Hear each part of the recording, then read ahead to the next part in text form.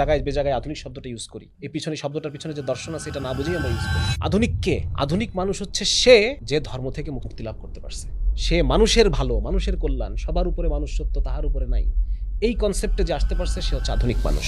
প্রতি বছর 29,000 শুধুমাত্র ওই যে স্কুল শুটিং, যেটা মদ গাঁজা খেয়ে এসে স্কুলের বাচ্চাদের গুলি করে মেরে ফেলে, প্রতি বছর 29,000 মানুষ মারা যায়। তুমি কিসের সাকসেসফুল রাষ্ট্র আমাকে বুঝাও। বারবার বিভিন্ন জায়গায় যে ধর্ম কেন আনবো না, ইসলামে তো তোমার এটার বেটার সলিউশন দেওয়া আছে, তুমি কেন ইসলামের কথা শুনবা না? আজকে চীন উন্নত হয়েছে কিভাবে? তারা যদি ওয়েস্টের প্রেসক্রিপশন বাদ দিয়ে নিজের প্রেসক্রিপশন তৈরি না করতো তাহলে চীন আজকে এই পর্যায়ে আসতে পারে? ওয়েস্টার্ন হেজিমনি, পশ্চিমাদের একচেটিয়া উপনিবেশায়ন, এটাকে যারা প্রশ্ন করতেছে তাদেরকে এখন জঙ্গি ট্যাগ দিয়ে মামলা দেওয়ার একটা অপচেষ্টা আমরা দেখতে পাচ্ছি। এরা পশ্চিমের চোখে, ইউরোপের চোখে তারা ইসলামকে দেখতে চায়। ব্যাপারটা অনেকটা আমি বোঝানোর চেষ্টা করি মানুষের বোঝার সুবিধার্থে, যে একজন পাকিস্তানির লেখা মুক্তিযুদ্ধের ইতিহাস, ইসলামকে কেন কেউ পছন্দ করতেছে না? কারণ ইসলাম সলিউশন, আর সলিউশন তো সেই চায় না যে সমস্যা টিকায় রাখলে যার লাভ। তাহলে আমাকে একটা ঘটনা যখন ঘটবে আমাকে খুঁজে বের করতে হবে যে এই ঘটনার ফলে লাভ হয়েছে কার কার, সুতরাং ওদেরকে আমি দোষী, আমার সাসপেক্ট লিস্টে ওরা থাকবে। তো ওইরকম আজকে যে এত প্রবলেম, এই প্রবলেমে আমাকে দেখতে হবে লাভবান হচ্ছে কারা। যে লাভবান হচ্ছে সমস্যা টিকায় রাখার দ্বারা, সেই সমাধান চায় না। আজকে যে যত দেখেন বাংলাদেশের যত বড় বড় পুঁজিপতি, কেউ চায় তার 2.5% জাকাতে চলে যাক? না, কেউ চাবে না। অবশ্যই তাহলে সে ইসলামকে আটকানোর জন্য সে যা পারে তাই করে। সেদিন আমি শুনলাম যে বাংলাদেশে কাগজ আমদানি করে একটা সিন্ডিকেট, কাগজ আর কারো পক্ষে কাগজ আমদানি করার অনুমতিই নাই। এখন ইসলাম যদি আসে তাহলে এই লোকটা লাভ না লস? আমার কাছে যেটা মনে হলো, তারা বা পশ্চিমা চিন্তার ধারক বাহক, তারা one type of mind game খেলে মানুষের সাথে, যে তোমরা ইসলামকে জানবা, ঠিক আছে, তোমার ইসলামের ব্যাপারে আগ্রহ, কিন্তু আমার চোখে তুমি জানো। তার চোখে যখন আমি জানবো তখন অবশ্যই ইসলামের ভালো দিক আমার সামনে আসবে না। খ্রিস্টবাদ এই দুনিয়াকে কি কি দিছে আর ইসলাম এই দুনিয়াকে কি কি দিছে, এইটা সামনে রাখলে পরে এটা বোঝা খুব সহজ। হ্যাঁ, এটা বোঝা খুবই সহজ যে আসলে রিলিজিয়ান এই শব্দটার আন্ডারে যদি আমি ইসলামকেও নিয়ে আসি এবং ইউরোপিয়ান যে মধ্যযুগের যে খ্রিস্টবাদ ওইটাকেও নিয়ে আসি এবং এইটা পুরো একসাথে লট বেঁধে একসাথে আমি ডিসকার্ড করে দেই, বাদ দিয়ে দেই, তাহলে এটা এর চাইতে বড় ইন্টেলেকচুয়াল ডিসঅনেস্টি বা এর চাইতে বড় ইন্টেলেকচুয়াল ইনজাস্টিস আর হতে পারে না।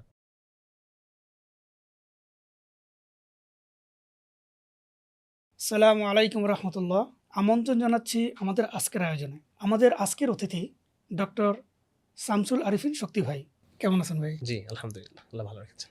আপনি ভালো আছেন? জি আলহামদুলিল্লাহ। আপনাকে অসংখ্য ধন্যবাদ, আপনার মূল্যবান সময় থেকে সময় ফারাক করে আমাদেরকে সময় দিচ্ছেন। আমরা আপনার কাছে কৃতজ্ঞ। জাযাকাল্লাহ খায়ের। আলহামদুলিল্লাহ, আমিও এরকম সুন্দর একটা আয়োজনে আসতে পেরে আল্লাহর কাছে কৃতজ্ঞ। আলহামদুলিল্লাহ। আমাদের কিছু ভাই বর্তমান সময়ে একটা কথা খুব কমন বলেন, যাদেরকে আমরা নর্মালি ধর্মবিদ্বেষী বলে চিনি, আবার আমাদের মুসলিম ভাই যারা আসলে ধর্মের ব্যাপারে খুব বেশি জ্ঞান রাখেন না, তাদের একটা কমন প্রশ্ন হচ্ছে যে আমাদের সব বিষয় কেন আমরা ধর্মকে টেনে আনবো? ধর্ম এটা তো আসলে পালন করার জিনিস, এটা মসজিদের জিনিস, মাদ্রাসার জিনিস। আমার ব্যক্তি জীবন, পারিবারিক জীবন, সামাজিক জীবন, এখানে আসলে এত ধর্ম টেনে আনার কী দরকার? জাস্ট আমি নামাজ পড়লাম, রোজা রাখলাম, হজ করলাম, এখানেই তো ধর্ম পালন এনাফ। সব জায়গায় কেন ধর্ম আমি টেনে আনবো? তো এই বিষয়ে আমার প্রথম প্রশ্ন আপনাকে আমি যেটা করতে চাচ্ছি সেটা হচ্ছে, একসময় সবাই তো ইসলামী শরিয়া মতেই চলতো। সবখানে ধর্ম টেনে আনবেন না, এই কথাটি আসলে কোথা থেকে এলো এবং মুসলমানদের মাঝে এটা কিভাবে আসলো? আলহামদুলিল্লাহ, আসসালাতু ওয়াসসালামু আলা রাসূলিল্লাহ। আসলে এটাই খুব চমৎকার একটা মানে টপিক আজকে আলোচনার জন্য আপনারা নির্ধারণ করেছেন। আসলে সবখানে ধর্ম টেনে আনবেন না বা সবখানে ইসলাম টেনে আনবেন না, এইটা আমাদের কাছে নরমালি মনে হতে পারে যে সে আসলে ধর্মের বক্তব্যকে পছন্দ করছে না বা আ মানে এখানে ধর্মের কোনো বিধিনিষেধ তার কাজকে বাধা দিক। সে যেটা করতে চাচ্ছে, তার উদ্দেশ্যকে বাধা প্রদান করুক ধর্ম এসে, এটা সে চাচ্ছে না। তবে এটার একটা মানে পিছনে একটা বিরাট দার্শনিক ইতিহাস আছে। হুম। এটা তো আসলে যেটা আপনি কেবলই বললেন যে আমাদের মুসলমানদের মধ্যে একটা সময় তো এরকমটা ছিল না। আমাদের প্রত্যেকটা জায়গায় ধর্ম, ইসলাম অঙ্গাঅঙ্গিভাবে আমাদের জীবনযাত্রাকে নিয়ন্ত্রণ করত। আমাদের ইচ্ছা, আমাদের চয়েস, আমাদের সবকিছুকে ইসলাম এটার মানে একটা বড় সীমাটা ভূমিকা রাখতো। হ্যাঁ, বেঁধে দিত। জি। কিন্তু এটা আমাদের মুসলমানদের মধ্যে কিভাবে আসলো এই চিন্তাটা? তো এটার জি। পিছনে বললাম তো আগে, এটার পিছনে একটা বিরাট একটা ইতিহাস আছে। তো যদি আমি মানে লং স্টোরি শর্ট করতে চাই, যে এটা মূলত এসেছে ইউরোপ থেকে। হ্যাঁ, ইউরোপের একটা একটা একটা বিশ্রী অভিজ্ঞতা আছে ধর্ম নিয়ে। ধর্ম নিয়ে ইউরোপের যে অভিজ্ঞতা, এই অভিজ্ঞতাটা আসলে খুব বিশ্রী। খুবই বাজে একটা অভিজ্ঞতার ভিতর দিয়ে ইউরোপ প্রায় আম যদি বলি প্রায় ১৩০০ বছর, ১৪০০ বছর ইউরোপ একটা অভিজ্ঞতার ভিতর দিয়ে গেছে। আমরা জানি যে একটা মধ্যযুগে বলে না যে মধ্যযুগীয় বর্বরতা, হ্যাঁ, বা মধ্যযুগীয়, কথায় কথায় তারা মধ্যযুগীয় শব্দটা খুব নিয়ে আসে। এর পিছনে কারণ হচ্ছে ইউরোপের যে মধ্যযুগ, মধ্যযুগ বলতে ইউরোপ যেটাকে বোঝে ওই মধ্যযুগটা আসলে ইউরোপের জন্য খুব কষ্টকর ছিল, এবং এই কষ্টের পিছনে দায়ী ছিল এই ইউরোপের ধর্ম, তার মানে ক্রিশ্চিয়ানিটি। আচ্ছা, তাহলে মধ্যযুগ বা অন্ধকার যুগ বলতে যেটা আসলে বোঝায় সেটা মূলত ইউরোপীয় সেই অবস্থাটাকে রাইট বোঝাচ্ছে। রাইট রাইট ইউরোপ জি। তার জায়গা থেকে, এখন তো জ্ঞানের প্রত্যেকটা শাখাকেই ইউরোসেন্ট্রিক বলা হয়, যে সব কিছুই ইউরোপ কেন্দ্রিক। হ্যাঁ, এটাকে আবিষ্কার করছে, মানে ফার্স্ট ইউরোপীয় যেটা আবিষ্কার করছেন, এটা রবার্ট ব্রিফল্ট নামে একজন মানে ইতিহাসবিদ আছেন। ওনার একটা বক্তব্য হচ্ছে, মানে উনি মোটামুটি ক্ষিপ্ত ব্যাপারটা নিয়ে, যে কেন কোনো ফার্স্ট ইউরোপিয়ান যিনি দেখছেন জিনিসটাকে, ওনাকেই কেন আবিষ্কারক বলা হবে? এর আগেও তো মানুষ এটাকে চিনত, তাই না? উনি এটা নিয়ে ওনার মানে কঠোর সমালোচনা আছে, যে ফার্স্ট ইউরোপীয় একটা জিনিস দেখছে মানেই বারুদ, প্রথম কোন ইউরোপীয় এটাকে ব্যবহার করছে সেই বারুদের আবিষ্কারক। এর আগে দেখা যাচ্ছে যে কত বছর ধরে চাইনিজরা, একটা উদাহরণ দিলাম জাস্ট, জি, জি, এরকম জি, জি। অনেক অনেক বিষয় আছে। তোমার কথা ভাই একই রকমভাবে ইতিহাসেরও মানে ইউরোসেন্ট্রিজম আছে। হ্যাঁ, মানে ইউরোপ তার নিজেকে সেন্টার করে ইতিহাসের বিভিন্ন জিনিসকে ডিফাইন করে, সংজ্ঞায়িত করে। তো সে একই রকমভাবে মধ্যযুগ, এটাকে সে সারা পৃথিবীতে এমন একটা ভাব যেন ওই টাইমে সারা পৃথিবীতেই মধ্যযুগ, অন্ধকার যুগ চলতেছে। সারা পৃথিবীতেই জ্ঞান বিজ্ঞান সব থেমে আছে, সারা পৃথিবীতেই মানুষের চিন্তার যে ব্যাপকতা এগুলো নাই, মানুষ সংকীর্ণ চিন্তার, সবখানেই ধর্ম এমনভাবে শাসন করতেছে যে মানুষের মানে দম আটকায় ধরছে ধর্ম এসে। এরকম একটা ভাব ওদের, যে সারা পৃথিবীতেই মনে হয় এরকম ব্যবস্থা চলতেছে, কিন্তু আসলে কিন্তু তা না। শুধু ইউরোপের একটা অংশে, ইউরোপের মধ্যে এই জিনিসটা চলতেছিল, এবং জি। এইটা ছিল মূলত, এর পিছনে মূলত দায়ী ছিল যে আমরা এটাকে বলি ইনস্টিটিউশনালাইজড ক্রিশ্চিয়ানিটি। মানে খ্রিস্টান ধর্মটা এটা একটা ইনস্টিটিউশন হিসেবে, যেটাকে আমরা চার্চ নামে চিনি, মানে প্যাপাসি বা পোপতন্ত্র, পোপতন্ত্র। হ্যাঁ, বা জি, গির্জাতন্ত্র, বিভিন্ন নামে এটা পরিচিত। জি। এবং এটা পুরোটা একটা ইনস্টিটিউশন, যার উপরে উপরে থাকতো পোপ, হ্যাঁ, তার বিভিন্ন দেশে দেশে তার প্রতিনিধি থাকতো, এটাকে বলা হতো বিশপ, ঠিক আছে, তার আন্ডারে আবার প্রত্যেক জেলায় জেলায় থাকতো তার আন্ডারে, একটু পুরো চেইন। ওয়ান টাইপ অফ মানে গভর্নমেন্ট বা হ্যাঁ হ্যাঁ, সরকার টাইপ। একটা গভর্নমেন্টের মতো। জি, জি, এবং জি। এই গভর্নমেন্টের সাথে স্টেট বা সাম্রাজ্যের বারবার কনফ্লিক্ট হচ্ছে। আমরা যদি ইউরোপের ইতিহাস দেখি, হ্যাঁ, আমার একটা ছোট বই আছে অবাধ্যতার ইতিহাস, ওটার মধ্যে আমি এগুলো বিষয় নিয়ে আমি দেখানোর চেষ্টা করছি যে কিভাবে মানে শত শত বছর ধরে এই চার্চের সাথে ইউরোপের সমাজ যুদ্ধ করতেছে, ইউরোপের রাষ্ট্রগুলা এই চার্চের মোকাবেলায়, হ্যাঁ, ইউরোপের অর্থব্যবস্থা ভেঙে পড়তেছে, চার্চ একটার পর একটা ক্রুসেডের ডাক দিচ্ছে মুসলমানদের বিরুদ্ধে। তো ওই সময় তো নর্মালি আর্মি তো নাই ওই সময় যিনি কৃষক উনি আর্মি, যিনি কামার তাঁতি সেই আর্মি। সাধারণ জনগণই মূলত হ্যাঁ, আর্মি তখন। তো যখন ধরেন যে বারবার মানে আপনি 100 বছরের মধ্যে 10টা যুদ্ধের ডাক দিচ্ছেন, তাহলে ওই ইউরোপের অর্থনীতি তো ভেঙে পড়ছে, কারণ যারা অর্থনীতিতে যারা মূল অবদান রাখে তাদেরকে বারবার যুদ্ধে যাওয়া লাগতেছে, যাও লাগতেছে। পপুলেশন কমে গেছে, অর্থব্যবস্থা ভেঙে পড়তেছে। তো এইরকম একটা, তারপর ধরেন যে ইউরোপে একটু ভিন্ন চিন্তা যারা লালন করে তাদেরকে চার্চের তখন বিচারিক ক্ষমতাও আছে। এই বিচারিক ক্ষমতার কারণে চার্চ তাদেরকে বিচার করতে, ইনকুইজিশন বলে এটাকে। জি। হ্যাঁ, প্রায় 80,000 নারীকে ডাইনি বলে পুরাই দিছে ওই সময়, মধ্যযুগ, এই জন্যই এটার নাম মধ্যযুগ, অন্ধকার যুগ মধ্যযুগীয় এজন্যই বলা হয়। বর্বরতা। জি, জি। এছাড়া নতুন নতুন পদ্ধতিতে টর্চার করা, নতুন নতুন মানে বিদিকিচ্ছ অবস্থা। তার মানে আমরা দেখতে পাচ্ছি যে সাধারণ জনগণের সাথে একটা কনফ্লিক্ট। তারপরে রাষ্ট্র যেরকম কর আরোপ করে, এরকম চার্চও কর আরোপ করতো, বিভিন্ন উৎসব ভাতা, এই ভাতা সেই ভাতা, মানে বিভিন্ন রকম ট্যাক্স ওরাও আরোপ করার ক্ষমতা ছিল তাদের। হ্যাঁ, তারপরে একটা মানে গবেষণায় দেখা গেছে যে সেই সময় ফ্রান্সের প্রায় 1/3 জমির মালিক ছিল চার্চ, জার্মানির মনে হয় 2 ভাগের মালিক ছিল চার্চ, এরকম ইটালির অর্ধেকের বেশি সব ল্যান্ড প্রপার্টি হচ্ছে চার্চের দখলে, ঠিক আছে। এবং এই যে একটা অবস্থা, মানে এই সমস্ত কারণে ধর্মের প্রতি ইউরোপের একটা জেনারেল দৃষ্টিভঙ্গি, এটা মানে এটা একটা নেগেটিভ দৃষ্টিভঙ্গি। এবং একটা সময় ছিল এরকম যখন যাজক বা পাদ্রী এই শব্দটা গালি হিসেবে ব্যবহার করতো। হ্যাঁ, এর কারণ ছিল যে তাদের এত বেশি মরাল ব্রেকডাউন।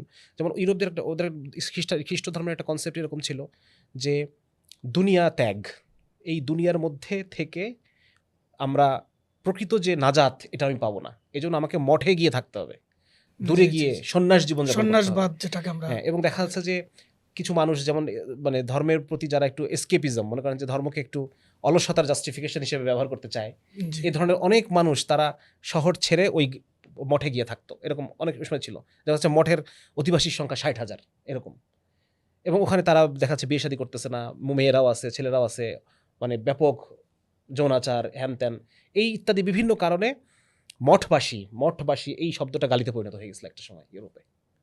তাদের খাওয়া দাওয়া বা অন্যান্য বিষয়গুলো কিভাবে manage এখানে ওই হতো? সময় হচ্ছে, ওখানে মানুষ দিয়ে যাচ্ছে, সদকা করতেছে, আমরা আমাদের যেরকম ধর্মীয় চিন্তা করে হ্যাঁ, মানুষ সদকা দান করতেছে, করছে খাওয়াচ্ছে, খাওয়াইলে সওয়াব আছে, এই দান। এবং এরকম হয়ে গেছে যে ওই সময় যাজক যারা, তারা একদিকে তারা মানুষকে ডাকতেছে দুনিয়া বিমুখতার দিকে, অন্যদিকে দেখাচ্ছে তার প্রচুর প্রপার্টি আছে, প্রচুর জমি, তার নিজস্ব ভোগবিলাস আবার প্রচুর।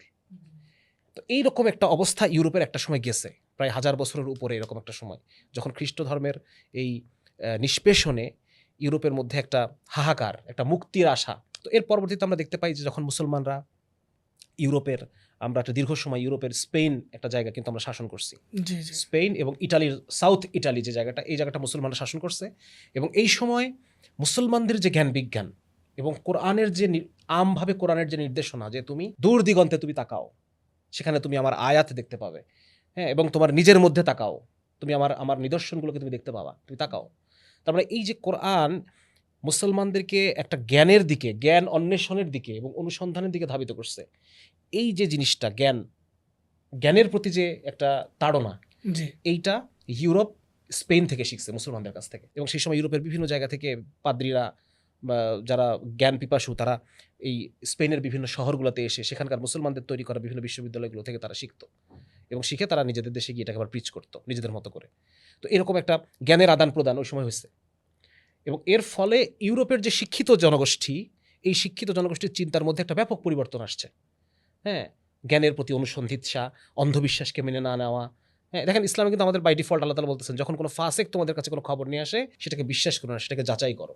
জি তার মানে যে কোনো একটা তথ্যকে, হ্যাঁ, রাসূল সাল্লাল্লাহু আলাইহি ওয়াসাল্লাম বলতেছেন যে কোনো ব্যক্তি মিথ্যাবাদী হওয়ার জন্য এটাই যথেষ্ট, সে যা শুনে তাই প্রচার করে। সুতরাং দেখেন, মানে যা ইচ্ছা তাই বিশ্বাস করে ফেলা যাবে না, এটাকে আমার অনুসন্ধান তাহকিক করতে করতে হবে, অনুসন্ধান করতে হবে, যাচাই করতে হবে। এই যে একটা সায়েন্টিফিক মেথড অফ থিংকিং, এটা ইসলাম শিখাইছে ইউরোপকে। হ্যাঁ, এবং এর মধ্য দিয়ে তারা চিন্তার নতুনভাবে তারা চিন্তা করা শুরু করলো যে চার্চ আমাদেরকে এতদিন পর্যন্ত যা কিছু শেখাচ্ছে, এটা আসলে তারা একতরফা ক্ষমতা, বা তারা কক্ষিগত করে রাখার জন্য এই কাজগুলো নিজেরা ক্ষমতা করছে। কুক্ষিগত রাখার জন্য তারা এই হ্যাঁ, কাজগুলো করে মানে তাদের চোখ খুলে গেল। জি তখন ইউরোপের বিভিন্ন জায়গায় বিশ্ববিদ্যালয় গড়ে উঠলো মুসলমানদের অনুকরণে, বিভিন্ন জায়গায় তারা বিশ্ববিদ্যালয় তৈরি করলো, এবং সেই বিশ্ববিদ্যালয়গুলো থেকে আরও শিক্ষিত মানুষজন তৈরি হচ্ছে, সেখানে মুসলমানদের এই চিন্তাগুলা শেখানো হচ্ছে তাদেরকে। হ্যাঁ, তো এর ফলে দেখা গেল একটা সময়ে গিয়ে ইউরোপের মানুষ স্বাধীনভাবে চিন্তা করতে শিখলো, এবং তারা বুঝলো যে এতদিন পর্যন্ত খ্রিস্টবাদ তাদেরকে অগ্রগতি হইতে দেয় নাই, শোষণ তাদেরকে করে গেছে আটকায় রাখছে, অন্ধকার জায়গার মধ্যে তাদেরকে আটকায় রাখছে, জি। অন্ধকার যুগ। এখান থেকে তারা এখন আলোর দিকে, নবজাগরণ, ঘুম পাড়ায় রাখছে তাদেরকে। এই যে রেনেসা শুরু হলো, আমরা রেনেসা নামে যে একটা ঐতিহাসিক যে একটা সময়কালের কথা আমরা জানি, ইউরোপে রেনেসা শুরু হয়েছে। রেনেসা শব্দটার অর্থ নবজাগরণ। এবং তারা বলতেছে যে এতদিন পর্যন্ত খ্রিস্টবাদ আমাদেরকে ঘুম পাড়ায় রাখছে, আমরা এখান থেকে নবজাগরণ হইলো, আমাদের চিন্তার নবজাগরণ। এবং ওই জায়গার মধ্যে তাদের মূল আলোচনাটা ছিল যে আমরা আর কোনো নাজাতে বিশ্বাস করি না, কোনো নাজাত না, মানুষের জীবনের চূড়ান্ত লক্ষ্য কোনো নাজাত না। মানুষের জীবনের চূড়ান্ত লক্ষ্য হচ্ছে ভোগ, মানে সুখ, একজন মানুষ সুখে থাকবে, এটাই মানুষের ভোগবাদী ইহকালীন চিন্তার জীবন। হ্যাঁ, মানে জি। ইহকালীন জীবনটাই, পারলৌকিক জীবন আমাদের মানুষের মূল উদ্দেশ্য হতে পারে না। কারণ ওই যে চার্চ এতদিন পর্যন্ত এই জিনিসগুলো দিয়ে কিন্তু তাদেরকে মানে অপ্রেস করছে, তাদেরকে দমন করে রাখছে। হ্যাঁ, পরলোকের কথা বলছে, নাজাতের কথা বলছে, সন অফ গডের কথা বলছে। ওরা বলতেছে না, সন অফ গড আমাদের মানে মূল চিন্তার জায়গাটা সন অফ গড হইতে পারে না। আমাদের মূল চিন্তার জায়গা হবে ম্যান, হিউম্যান, মানুষের সুখ, মানুষের জ্ঞান, মানুষের দুঃখ কষ্ট, মানুষের জীবনের শান্তি, এটাই আমাদের প্রকৃত লক্ষ্য। অর্থাৎ তাদের মনের ভিতরে যে গির্জা বা পোপতন্ত্রের প্রতি যে একটা ক্ষোভ ছিল, ওইটা, হ্যাঁ, হ্যাঁ, সেটা যে মানে ধর্মের উপরে বা Right. পরকালের উপরে যে পড়ে ওরা তখন এই ধরনের, তারা বলতেছে না, ওহি কেন্দ্রিক জীবন না, আমরা মানুষ জ্ঞান অনুসন্ধান করে নতুন নতুন জ্ঞান আবিষ্কার করবে, এটা হচ্ছে জ্ঞান, ওহির জ্ঞান না। এবং তখন ইউরোপের যারা দার্শনিক, তারা সিদ্ধান্ত নিল যে আসলে সমস্ত কিছু থেকে শুধুমাত্র ধর্ম ব্যক্তিগত জীবনে থাকবে। রাষ্ট্রে যদি ধর্ম নাক গলায়, তাহলে এটা একটা ঝামেলা পাকায়। অর্থনীতির মধ্যে ধর্ম নাক গলায়, ঝামেলা পাকাইছে, নতুন নতুন ট্যাক্স আরোপ করছে। তারপর হচ্ছে সমাজের মধ্যে, যখন বিচারের মধ্যে, আইনের মধ্যে, শিক্ষা ব্যবস্থার মধ্যে, কোনো কিছুর মধ্যে ধর্মকে রাখা যাবে না, সব কিছু ধর্ম থাকবে ব্যক্তিগত পর্যায়ে। আর এই যে সব কিছু, এইগুলো আমরা চালাবো আমাদের নিজস্ব চিন্তা চেতনা, গবেষণা, দর্শন, এগুলোর মাধ্যমে। এই যে সেকুলারিজমের জন্ম হইল। জি জি তার মানে ধর্মকে আপনি রাখেন না ভাই, আপনার ধর্ম আপনার নিজের কাছে রাখেন। আপনি এখানে ধর্মের কথা বলতে আসছেন কেন? এই যে ধর্মকে সবখানে টেনে আনবেন না, এইটা হচ্ছে স্পেশালি একটা ইউরোপিয়ান এক্সপেরিয়েন্স এবং ইউরোপের একটা সিদ্ধান্ত যে ধর্মকে সবখানে আনলে ধর্ম একটা ভেজাল পাকায়। ঠিক আছে? তো এই জায়গা থেকে মূলত এই জিনিসটা আসছে এবং পরবর্তীতে মুসলমানদের মধ্যে জিনিসটা কীভাবে আসলো খুব স্বাভাবিক এটা বোঝা। আমাদের মুসলমানরা যখন আপনারা জানেন যে ইউরোপিয়ানরা আমাদেরকে একটা দীর্ঘ সময় পর্যন্ত তারা আমাদেরকে শাসন করছে, প্রায় 190 বছর ইউরোপিয়ানরা আমাদেরকে শাসন করেছে তারা। তো ইউরোপিয়া যখন আমাদেরকে শাসন করলো সেই সময় তারা শিক্ষা ব্যবস্থার মধ্যে এবং তারা চিন্তা করতো যে আমরা ইউরোপিয়ানরা আজকে যেই জায়গায় এসে দাঁড়ায় আছি, ধর্মকে সবখান থেকে সরায় দিয়ে আজকে যে স্বাধীনতা এবং মুক্ত চিন্তা, এই যে একটা অর্জন আমাদের, মানুষকে আমরা মুক্ত করছি, মানুষের ব্রেনকে আমরা ধর্মের জাতাকল থেকে আমরা বের করে নিয়ে আসছি, স্বাধীন করছি, মুক্ত চিন্তা, স্বাধীনতা এবং সভ্যতার যে একটা চরম শিখরে আজকে আমরা উঠে আসছি, এইটা আমাদের সারা দুনিয়াতে পৌঁছায় দেওয়া আমাদের দায়িত্ব। এটাকে বলা হয় হোয়াইট ম্যানস বার্ডেন, যে ইউরোপ আমাদেরকে শোষণ করতে আসে নাই, তারা হোয়াইট ম্যানস বার্ডেন, তাদের উপরে যে একটা দায়িত্ব ছিল যে তারা এই সভ্যতাটাকে সারা পৃথিবীর সবখানে পৌঁছায় দিবে, এইটা করার জন্য তারা আমাদের দেশে আসছে, আমাদেরকে শাসন করতেছে ভালোর জন্যই।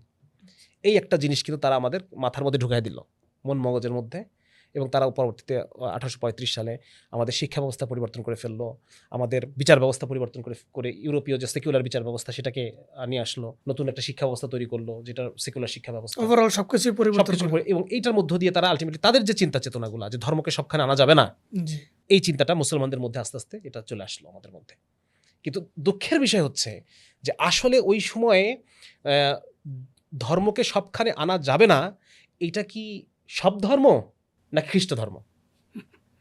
কারণ ইউরোপের এক্সপেরিয়েন্স তো খ্রিস্ট ধর্ম।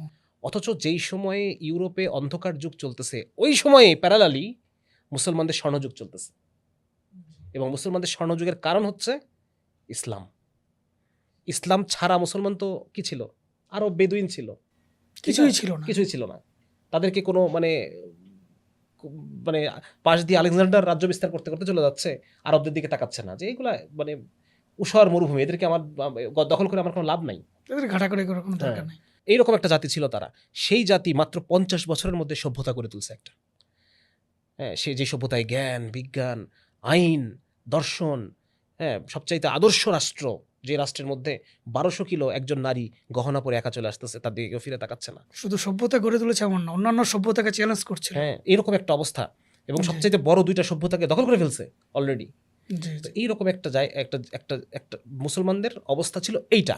প্যারালালি যখন ইউরোপে ধর্মের কারণে ইউরোপ পশ্চাৎপদ হয়ে আছে, সেই সময় মুসলমানদের ধর্মের কারণেই মুসলমানরা সারা পৃথিবীকে শাসন করতেছে,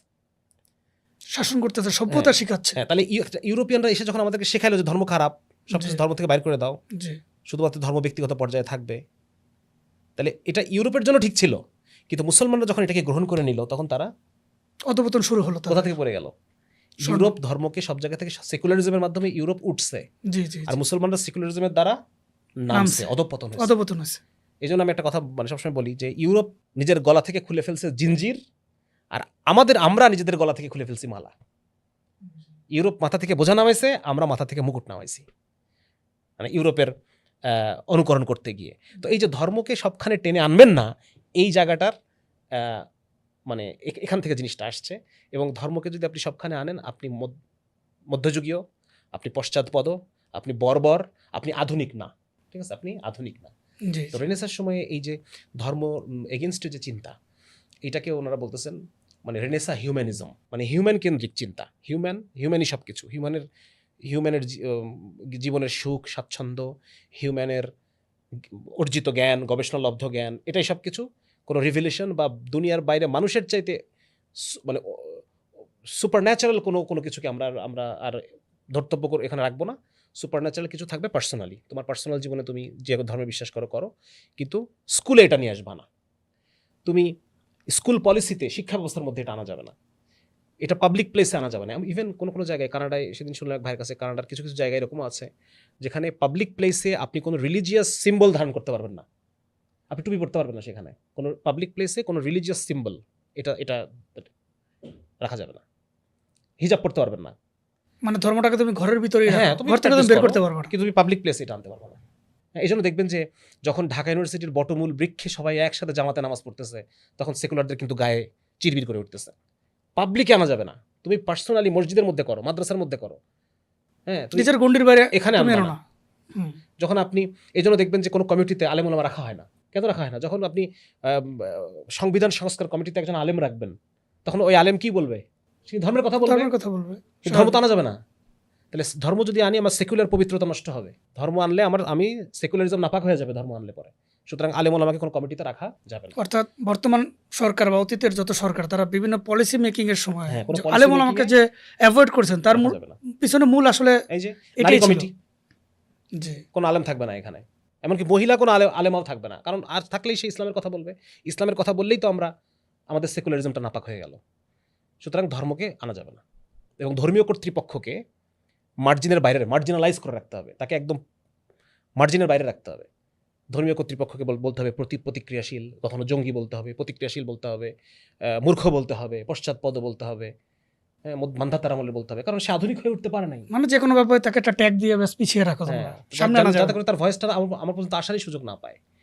হ্যাঁ, এবং এটা ব্যাপারটা হচ্ছে যে ধরেন ইউরোপ চিন্তার 3টা পর্যায়ের মধ্য দিয়ে গেছে। একটা কথা বললাম রেনেসা, আরও 100-200 বছর পরে এই রেনেসার চিন্তাটা আরও পরিমার্জিত হয়ে আরও শিক্ষিত মানুষজন এটাকে আরও চিন্তা করে এটাকে, এই যে রেনেসার যে মানুষকেন্দ্রিক মতবাদ, এটাকে রাষ্ট্রে অ্যাপ্লাই করছে, কী বলে, সমাজের মধ্যে শিক্ষাটা কেমন হবে, একটা ধর্মহীন একটা বিচার শিক্ষা কেমন ব্যবস্থা হতে পারে এটা সব নিয়ে তারা জায়গায়। আলোচনা করছে, ধর্মহীন একটা নৈতিকতা, ধর্মহীন একটা অর্থনীতি কেমন হতে পারে এটা নিয়ে তারা আলোচনা করছে। এই পর্যায়টাকে বলা হয় এনলাইটেনমেন্ট। জি এবং এনলাইটেন্ড, আলোকিত মানুষ চাই, আমরা শুনছি না? জি এই আলোকিত হওয়া, এটা মানে কি? এটা মানে হচ্ছে, এটা পরবর্তী দার্শনিকরা এটা ব্যাখ্যা দিচ্ছেন। ওনারা বলতেছেন যে একজন মানুষকে আমরা এনলাইটেন্ড তখনই বলবো যখন সে তার কোনো প্রিফর্মড, আগে থেকেই গঠিত কোনো নৈতিকতা তাকে আঁকড়ে ধরবে না, তাকে চেপে ধরবে না।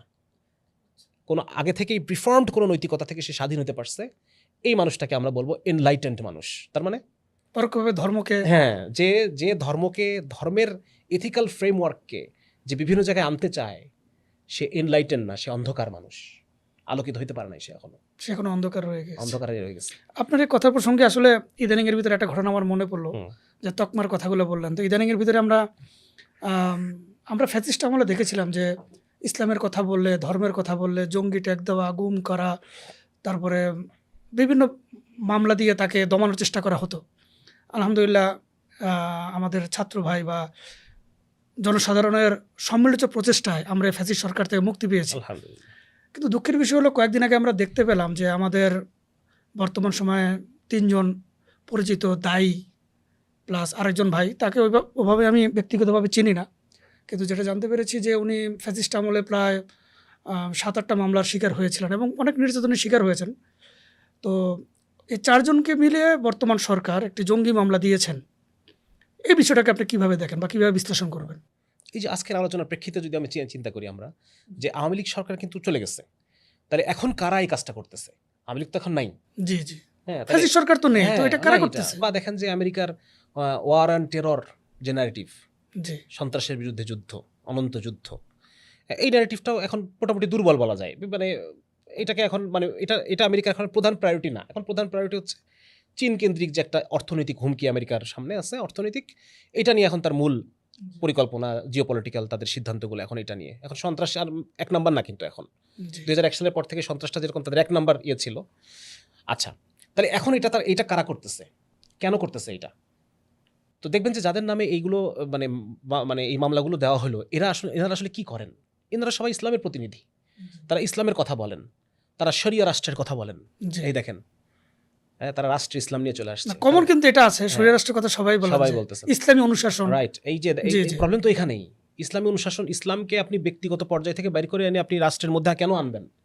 তার মানে আপনি আধুনিক না, আপনি প্রগতির বিরুদ্ধে, আপনি স্বাধীনতার বিরুদ্ধে, প্রগতির বিরুদ্ধে, অন্ধকারের পক্ষে। হ্যাঁ, আপনি একজন অসভ্য, আপনি আনসিভিলাইজড, আনকালচার্ড।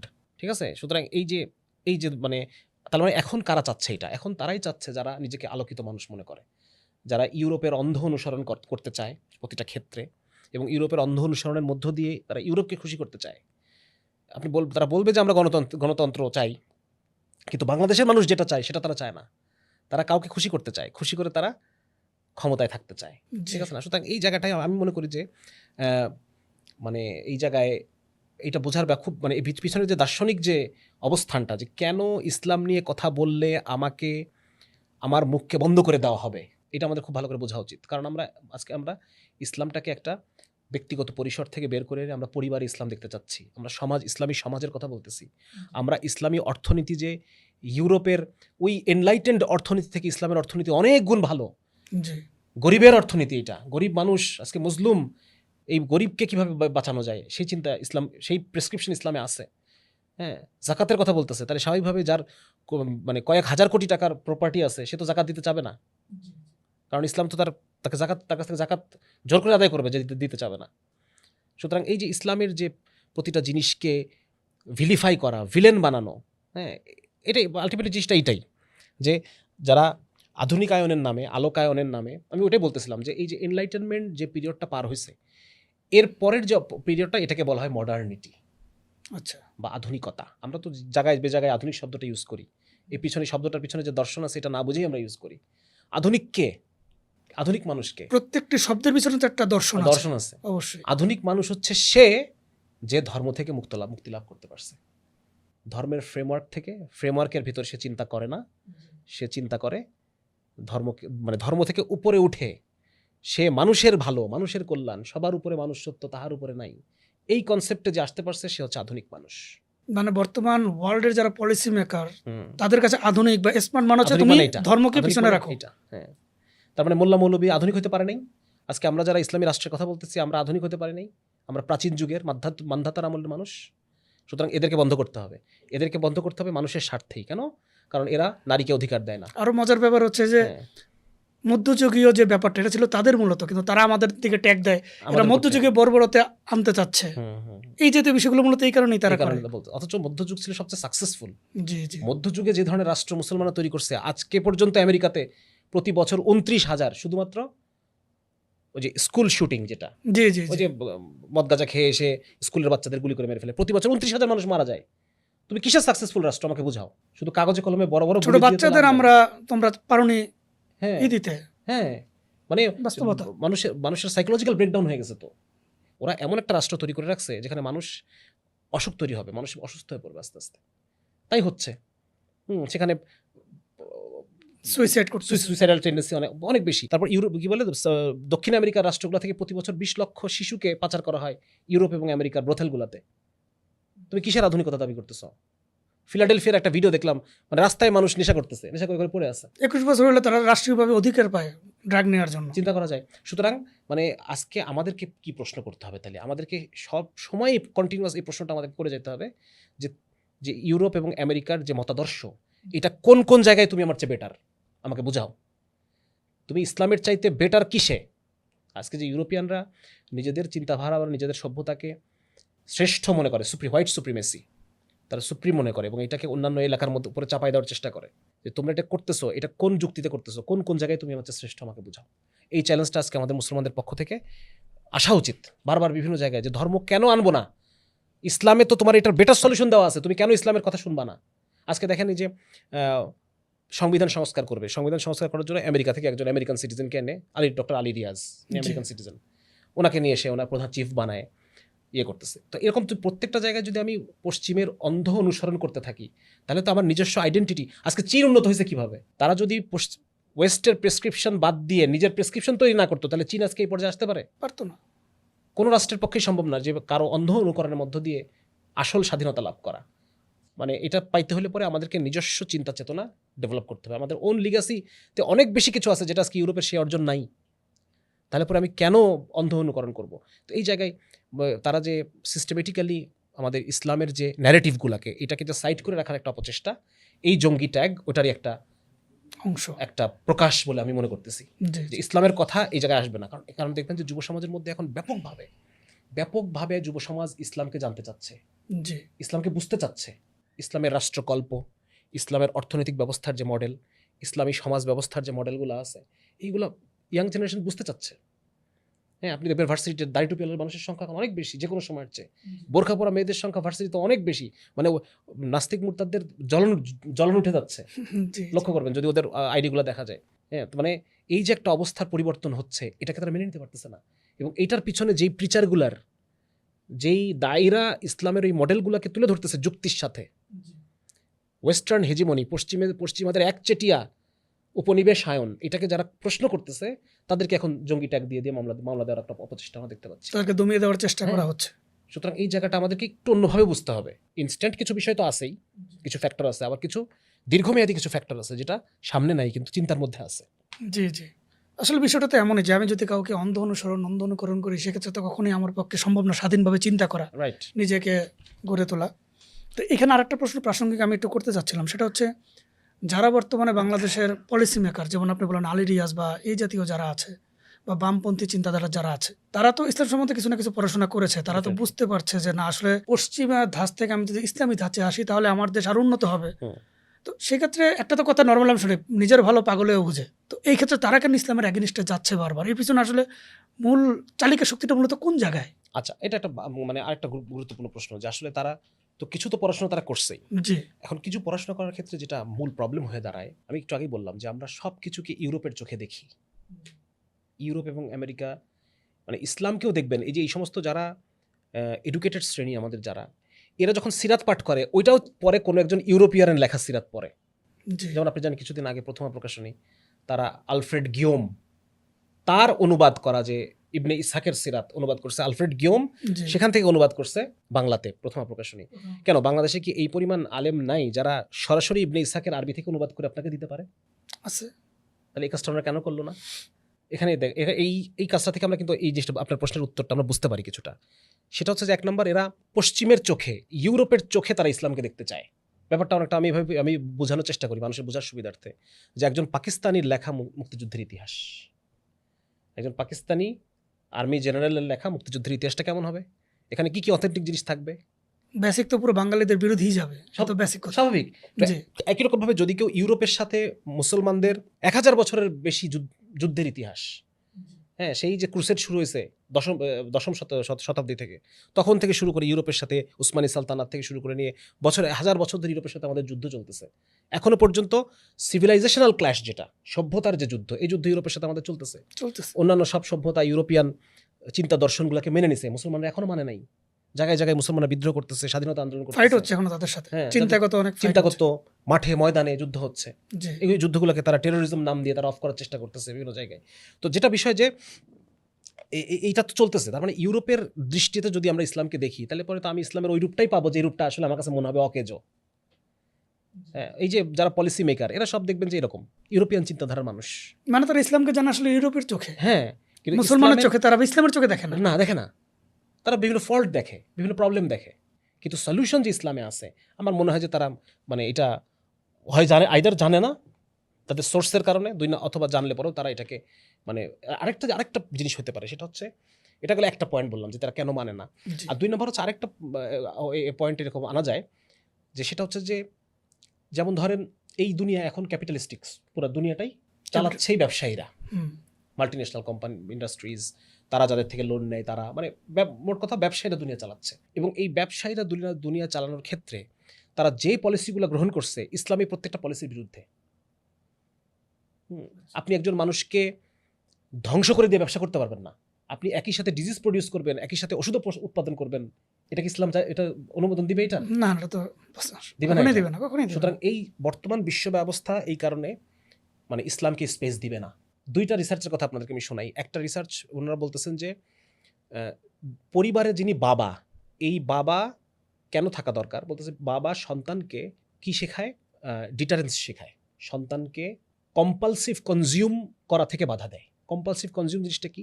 মানে একটা সন্তান, একটা বাচ্চা, সে যা চাচ্ছে সে তাই পাচ্ছে। হুম, এইখানে মূল বাধাটা হয় বাবা সন্তানকে রিয়েলিটি শেখায়, বাস্তবতা শেখায়, যে বাবা আজকে না আরেকদিন। হ্যাঁ, বাচ্চারা যা চাই সব তো আমরা কিনে দেই না। না, তা তো তাই না, স্বাভাবিক। তো ওনারা গবেষণা করে বলতেছেন যে যেই পরিবারে বাবা থাকেন ওই পরিবারের সন্তান কম্পালসিভ কনজিউমার হয়ে উঠতে পারে না। সে যা মনে চাচ্ছে সেটাই কিনতেছে, যেটা মানে যা ইচ্ছা সেটা সে ভোগ করতেছে, যখন যেটা ইচ্ছে সেটা খাচ্ছে। এই যে তাহলে এখন দেখেন, তাহলে এই যে যারা বিজনেসম্যান, যারা সারা দুনিয়াকে কন্ট্রোল করতেছে, তাদের জন্য কি পরিবারে বাবা থাকাটা ভালো না খারাপ? তাদের দৃষ্টিতে খারাপ। হ্যাঁ, তাদের দৃষ্টিতে বাবা থাকলে তো আমার ব্যবসা হচ্ছে না। ব্যবসা আমি তো হচ্ছে না। ভোগবাদী মানুষ চাই। আমি 2 কোটি মানুষ চাই যারা ভোগ করতে করতে পাগল হয়ে যাবে, যারা আমার প্রোডাক্ট এবং আমার সার্ভিস কিনতে কিনতে তারা যত বেশি কিনবে আমার তত লাভ। তত লাভ। সুতরাং পরিবার তাদের একটা শত্রু। তাহলে পরিবারকে ভেঙে দেওয়ার জন্য যে সমস্ত মেকানিজমগুলো তারা করছে, জি। ইসলাম থাকলে কি এগুলো করতে দেয়? না না, কখনোই তাহলে দিবে না। ইসলাম তার শত্রু। অবশ্যই। 2 নাম্বার হচ্ছে আরেকটা রিসার্চের কথা যদি আমি বলি, যে ওনারা বলতেছেন যে যখন মানুষ অ্যাংজাইটি মানে উদ্বিগ্নতা এবং ডিপ্রেশনে থাকে, তখন সে বেশি ইম্পালসিভ অ্যান্ড কম্পালসিভ বাইং করে, তখন সে বেশি কিনে, যেটা মনে চায় ওইটাই কিনে, মানসিক তৃপ্তির জন্য, মানসিক শান্তির জন্য। এমনকি মনে না চাইলেও কিনে, কম্পালসিভ বাইং। সে আচ্ছা। তার মনে চাইতেছে না কিনতে, বাট স্টিল সে মনে করতেছে ওটা কিনলে মনে হয় আমার একটু ভালো লাগবে। একটু ভালো লাগবে, মানসিক প্রশান্তি। Impulsive and compulsive buying. তো তার মানে যদি আমি সংখ্যাগরিষ্ঠ জনগণকে, আমার বায়ারদেরকে যদি আমি কোনোভাবে মানে অ্যাংজাইটি দিয়ে দিতে পারি, ডিপ্রেশন দিয়ে দিতে পারি, তাহলে তারা আমার প্রোডাক্ট বেশি কিনবে। তো ঠিক এই বর্তমান গ্লোবাল এই যে যারা এরা এই কাজটাই করছে সারা পৃথিবীতে। আপনি একটা বই পাবেন, আমেরিকান একজন অনেক বিখ্যাত সাইকোলজিস্ট জোনাথন হাইট, ওনার একটা বই আছে অ্যাংশাস জেনারেশন। এই বইয়ের মধ্যে উনি দেখাইছেন যে বর্তমান যে প্রজন্ম 2000 সালের পরে যাদের জন্ম, এরা anxious generation, anxiety and depression, এই মানসিক রোগ নিয়ে এরা বড় হচ্ছে। এর কারণ হচ্ছে এই যে যা কিছু আমরা দেখি, যে মোবাইল ফোন থেকে শুরু করে নিয়ে খাবার দাবার, ফাস্টফুড থেকে শুরু করে যত কিছু আছে, এই সব কিছুই মানুষের মধ্যে অ্যাংজাইটি অ্যান্ড ডিপ্রেশন এই অসুখটা তৈরি করতেছে। এবং এই অসুখটা যত আমি ছড়া দিতে পারবো, তত বেশি আমার লাভ, বিজনেস বেশি হবে, আমার লাভ বেশি থাকবে। তাহলে এই যে অবস্থা, এটা তো ইসলাম করতে দিবে না। না, দিবে না। সুতরাং আজকে যে সমস্ত বুদ্ধিজীবী দেখেন, এগুলো তো সব এদের পালা, এরা পালে। সুতরাং এদের কাছ থেকে তো আমি সলিউশন আশা করতে পারি না। এরা আমাকে সলিউশন দিবে না, এরা আমাকে বেটার কাস্টমার বানাবে। আরও ওই পলিসিগুলোই করবে যে পলিসিগুলোকে আমাকে আরও বেটার কাস্টমার বানাবে, আরও বেটার মানে কি বলে এটাকে, সেবাগ্রহীতা বানাবে। তো এই জায়গায় হচ্ছে মূল প্রবলেম। এই জায়গাগুলো আমাদের মানে যদি আমরা ধরতে পারি, তাহলে আমাদের জন্য খুব সহজ। আমি 2টা বই আপনাদেরকে, আমার অডিয়েন্স যারা শুনতেছেন, একটা হচ্ছে ডোপামিন নেশন, এবং আমার সামনে যে বইটা আমি লিখছি ওইটাও আসলে এইগুলো বই থেকে বিভিন্ন তথ্য আমি নিয়ে লিখছি। বইটার নাম হচ্ছে এ অবেলায়। মূলত আমি বয়ঃসন্ধিকালীন সময়ে একটা বাচ্চা যে সমস্ত জিনিসগুলো ফেস করে, আমি ওইটা লেখা দিয়ে শুরু করছি, কিন্তু আলটিমেটলি পরে আমি দেখাচ্ছে যে এই যে ডিপ্রেশন, অ্যাংজাইটি বাচ্চাদের মধ্যে কেন বাড়তেছে, এখান থেকে বাঁচতে হলে কী করতে হবে, এই বিষয়ে আলোচনাগুলো চলে আসছে। তো এটা সম্ভবত সামনের মাসে এটা বাজারে পাওয়া যাবে আশা করি। তো এই যে দেখেন, মানে ইসলামকে কেন কেউ পছন্দ করতেছে না, কারণ ইসলাম সলিউশন। আর সলিউশন তো সেই চায় না যে সমস্যা টিকায় রাখলে যার লাভ। ওই আইনে, অপরাধ বিজ্ঞানে একটা ইয়ে আছে, একটা সূত্র আছে, মানে ল্যাটিনে বলে কুই বোনো মানে হচ্ছে হু ইজ বেনিফিটেড। একটা মার্ডার হয়েছে এখানে, তো ইনভেস্টিগেশনের সময় আমার মাথায় রাখতে হবে যে এই মার্ডারের দ্বারা বেনিফিটেড কে হয়েছে। দেখা যাচ্ছে যে ওর ভাই হয়তো বেনিফিটেড হতে পারে, যে সম্পত্তি পাবে, বা দেখা যাচ্ছে যে ওনার ওয়াইফ হয়তো পরকিয়া করে, স্বামী মরলে তার লাভ। তাহলে আমাকে একটা ঘটনা যখন ঘটবে, আমাকে খুঁজে বের করতে হবে যে এই ঘটনার ফলে লাভ হয়েছে কার। সুতরাং ওদেরকে আমি দোষী, আমার সাসপেক্ট লিস্টে ওরা থাকবে, তাই না? তো ওইরকম আজকে যে এত প্রবলেম, এই প্রবলেমে আমাকে দেখতে হবে লাভবান হচ্ছে কারা। যে লাভবান হচ্ছে সমস্যা টিকায় রাখার দ্বারা, সেই সমাধান চায় না, সেই ইসলাম চায় না। এটা স্বাভাবিকভাবেই সামনে আসে। সুতরাং সেই ইসলাম চায় না। আজকে যে যত দেখেন বাংলাদেশের যত বড় বড় পুঁজিপতি, কেউ চায় তার 2.5% জাকাতে চলে যাক? না, কেউ চাবে যাবে না। অবশ্যই। তাহলে সে ইসলামকে আটকানোর জন্য সে যা পারে তাই করবে। সে কালো টাকা সাদা করছে, সে তার কর এই যে কোনো ভাবে হোক, এই সুযোগ তো সে আর পাবে না। তো। হ্যাঁ, সেদিন আমি শুনলাম যে বাংলাদেশে কাগজ আমদানি করে একটা সিন্ডিকেট, কাগজ আর কারো পক্ষে কাগজ আমদানি করার অনুমতিই নাই। এখন ইসলাম যদি আসে, তাহলে এই লোকটার লাভ না লস? অবশ্যই লস। তার ব্যবসা তো হচ্ছে, সে তার মতো করতে পারবে না। হ্যাঁ, ইসলামের কথা হচ্ছে ব্যবসায় প্রতিযোগিতা থাকবে মার্কেটে সবসময়। আল্লাহ রাসূলকে বলছে, ইয়া রাসূলুল্লাহ, আপনি মার্কেটের সব কিছুর দাম নির্ধারণ করে দেন। আল্লাহ রাসূল বলছে না, মার্কেট আল্লাহর নিয়মে চলবে, চাহিদা যোগান সম্পর্কে ভিত্তিতে চলবে মার্কেট। সুতরাং এই যে যা চলতেছে, এটা কোনোটা ইসলাম আসলে দেখলে কিছু থাকবে না। সুতরাং এটা হচ্ছে মেইন। এটা তো আমরা সবাই জানি, বর্তমানে বাজার ব্যবস্থা সিন্ডিকেট বা এগুলোর মাধ্যমে চলতেছে। ধর্ম টেনে আনবেন না সবখানে, জি। এটা কারা বলে আমরা বুঝতে পারি যে কারা বলে। জি, এটাই। তো আপনার এই বিষয় থেকে মূলত আমরা দুটো জিনিস বলা যায় মোটা দাগে। সেটা হচ্ছে আপনি প্রথমার কথা বললেন, তো আমার কাছে যেটা মনে হলো, তারা বা পশ্চিমা চিন্তার ধারক বাহক, তারা one type of mind game খেলে মানুষের সাথে, যে তোমরা ইসলামকে জানবা, ঠিক আছে, তোমার ইসলামের ব্যাপারে আগ্রহ, কিন্তু আমার চোখে তুমি জানো। তা তার চোখে যখন আমি জানবো, তখন অবশ্যই ইসলামের ভালো দিক আমার সামনে আসবে না, বা আসলেও ত্রুটিপূর্ণ দিকটা আমার সামনে আসবে। এবং দ্বিতীয় পার্ট হচ্ছে যে ব্যবসায়িক দিক, যে যদি ইসলাম অগ্রগতি করে তাহলে আমার ব্যবসা হবে না। ইসলামকে ডাউন করো, ইসলামের চিন্তাধারাকে ডাউন করো, এই বিষয়গুলো মূলত সামনে আসে আর কি। ধন্যবাদ, খুব গুরুত্বপূর্ণ কিছু পয়েন্ট আমাদেরকে জানালেন। এমনি এই যে নামগুলো জাস্ট আমরা আনছি কিন্তু যে বিষয়টা বোঝানোর আমাদের কোনো ব্যক্তিগত আমাদের আক্রোশ নেই, আমরা জাস্ট জিনিসটা বোঝানোর জন্য আনা হয়েছে। ইউরোপের ধর্মীয় অভিজ্ঞতা এবং ইসলামের প্রায়োগিক অবস্থার মাঝে কোনো পার্থক্য কি আছে? আচ্ছা, এটা একটা গুরুত্বপূর্ণ, যে আসলে আমরা তাহলে ইসলামটাকে আমরা কিভাবে বুঝবো, যে মানে ইউরোপের ধর্মীয় মানে খ্রিস্টান খ্রিস্টবাদ, জি ইউরোপ যেটার ভিকটিম, খ্রিস্টবাদের যে পার্থিব ইফেক্ট জি এবং ইসলামের যে পার্থিব ইফেক্ট, খ্রিস্টবাদ এই দুনিয়াকে কি কি দিছে আর ইসলাম এই দুনিয়াকে কি কি দিছে, এইটা সামনে রাখলে পরে এটা বোঝা খুব সহজ।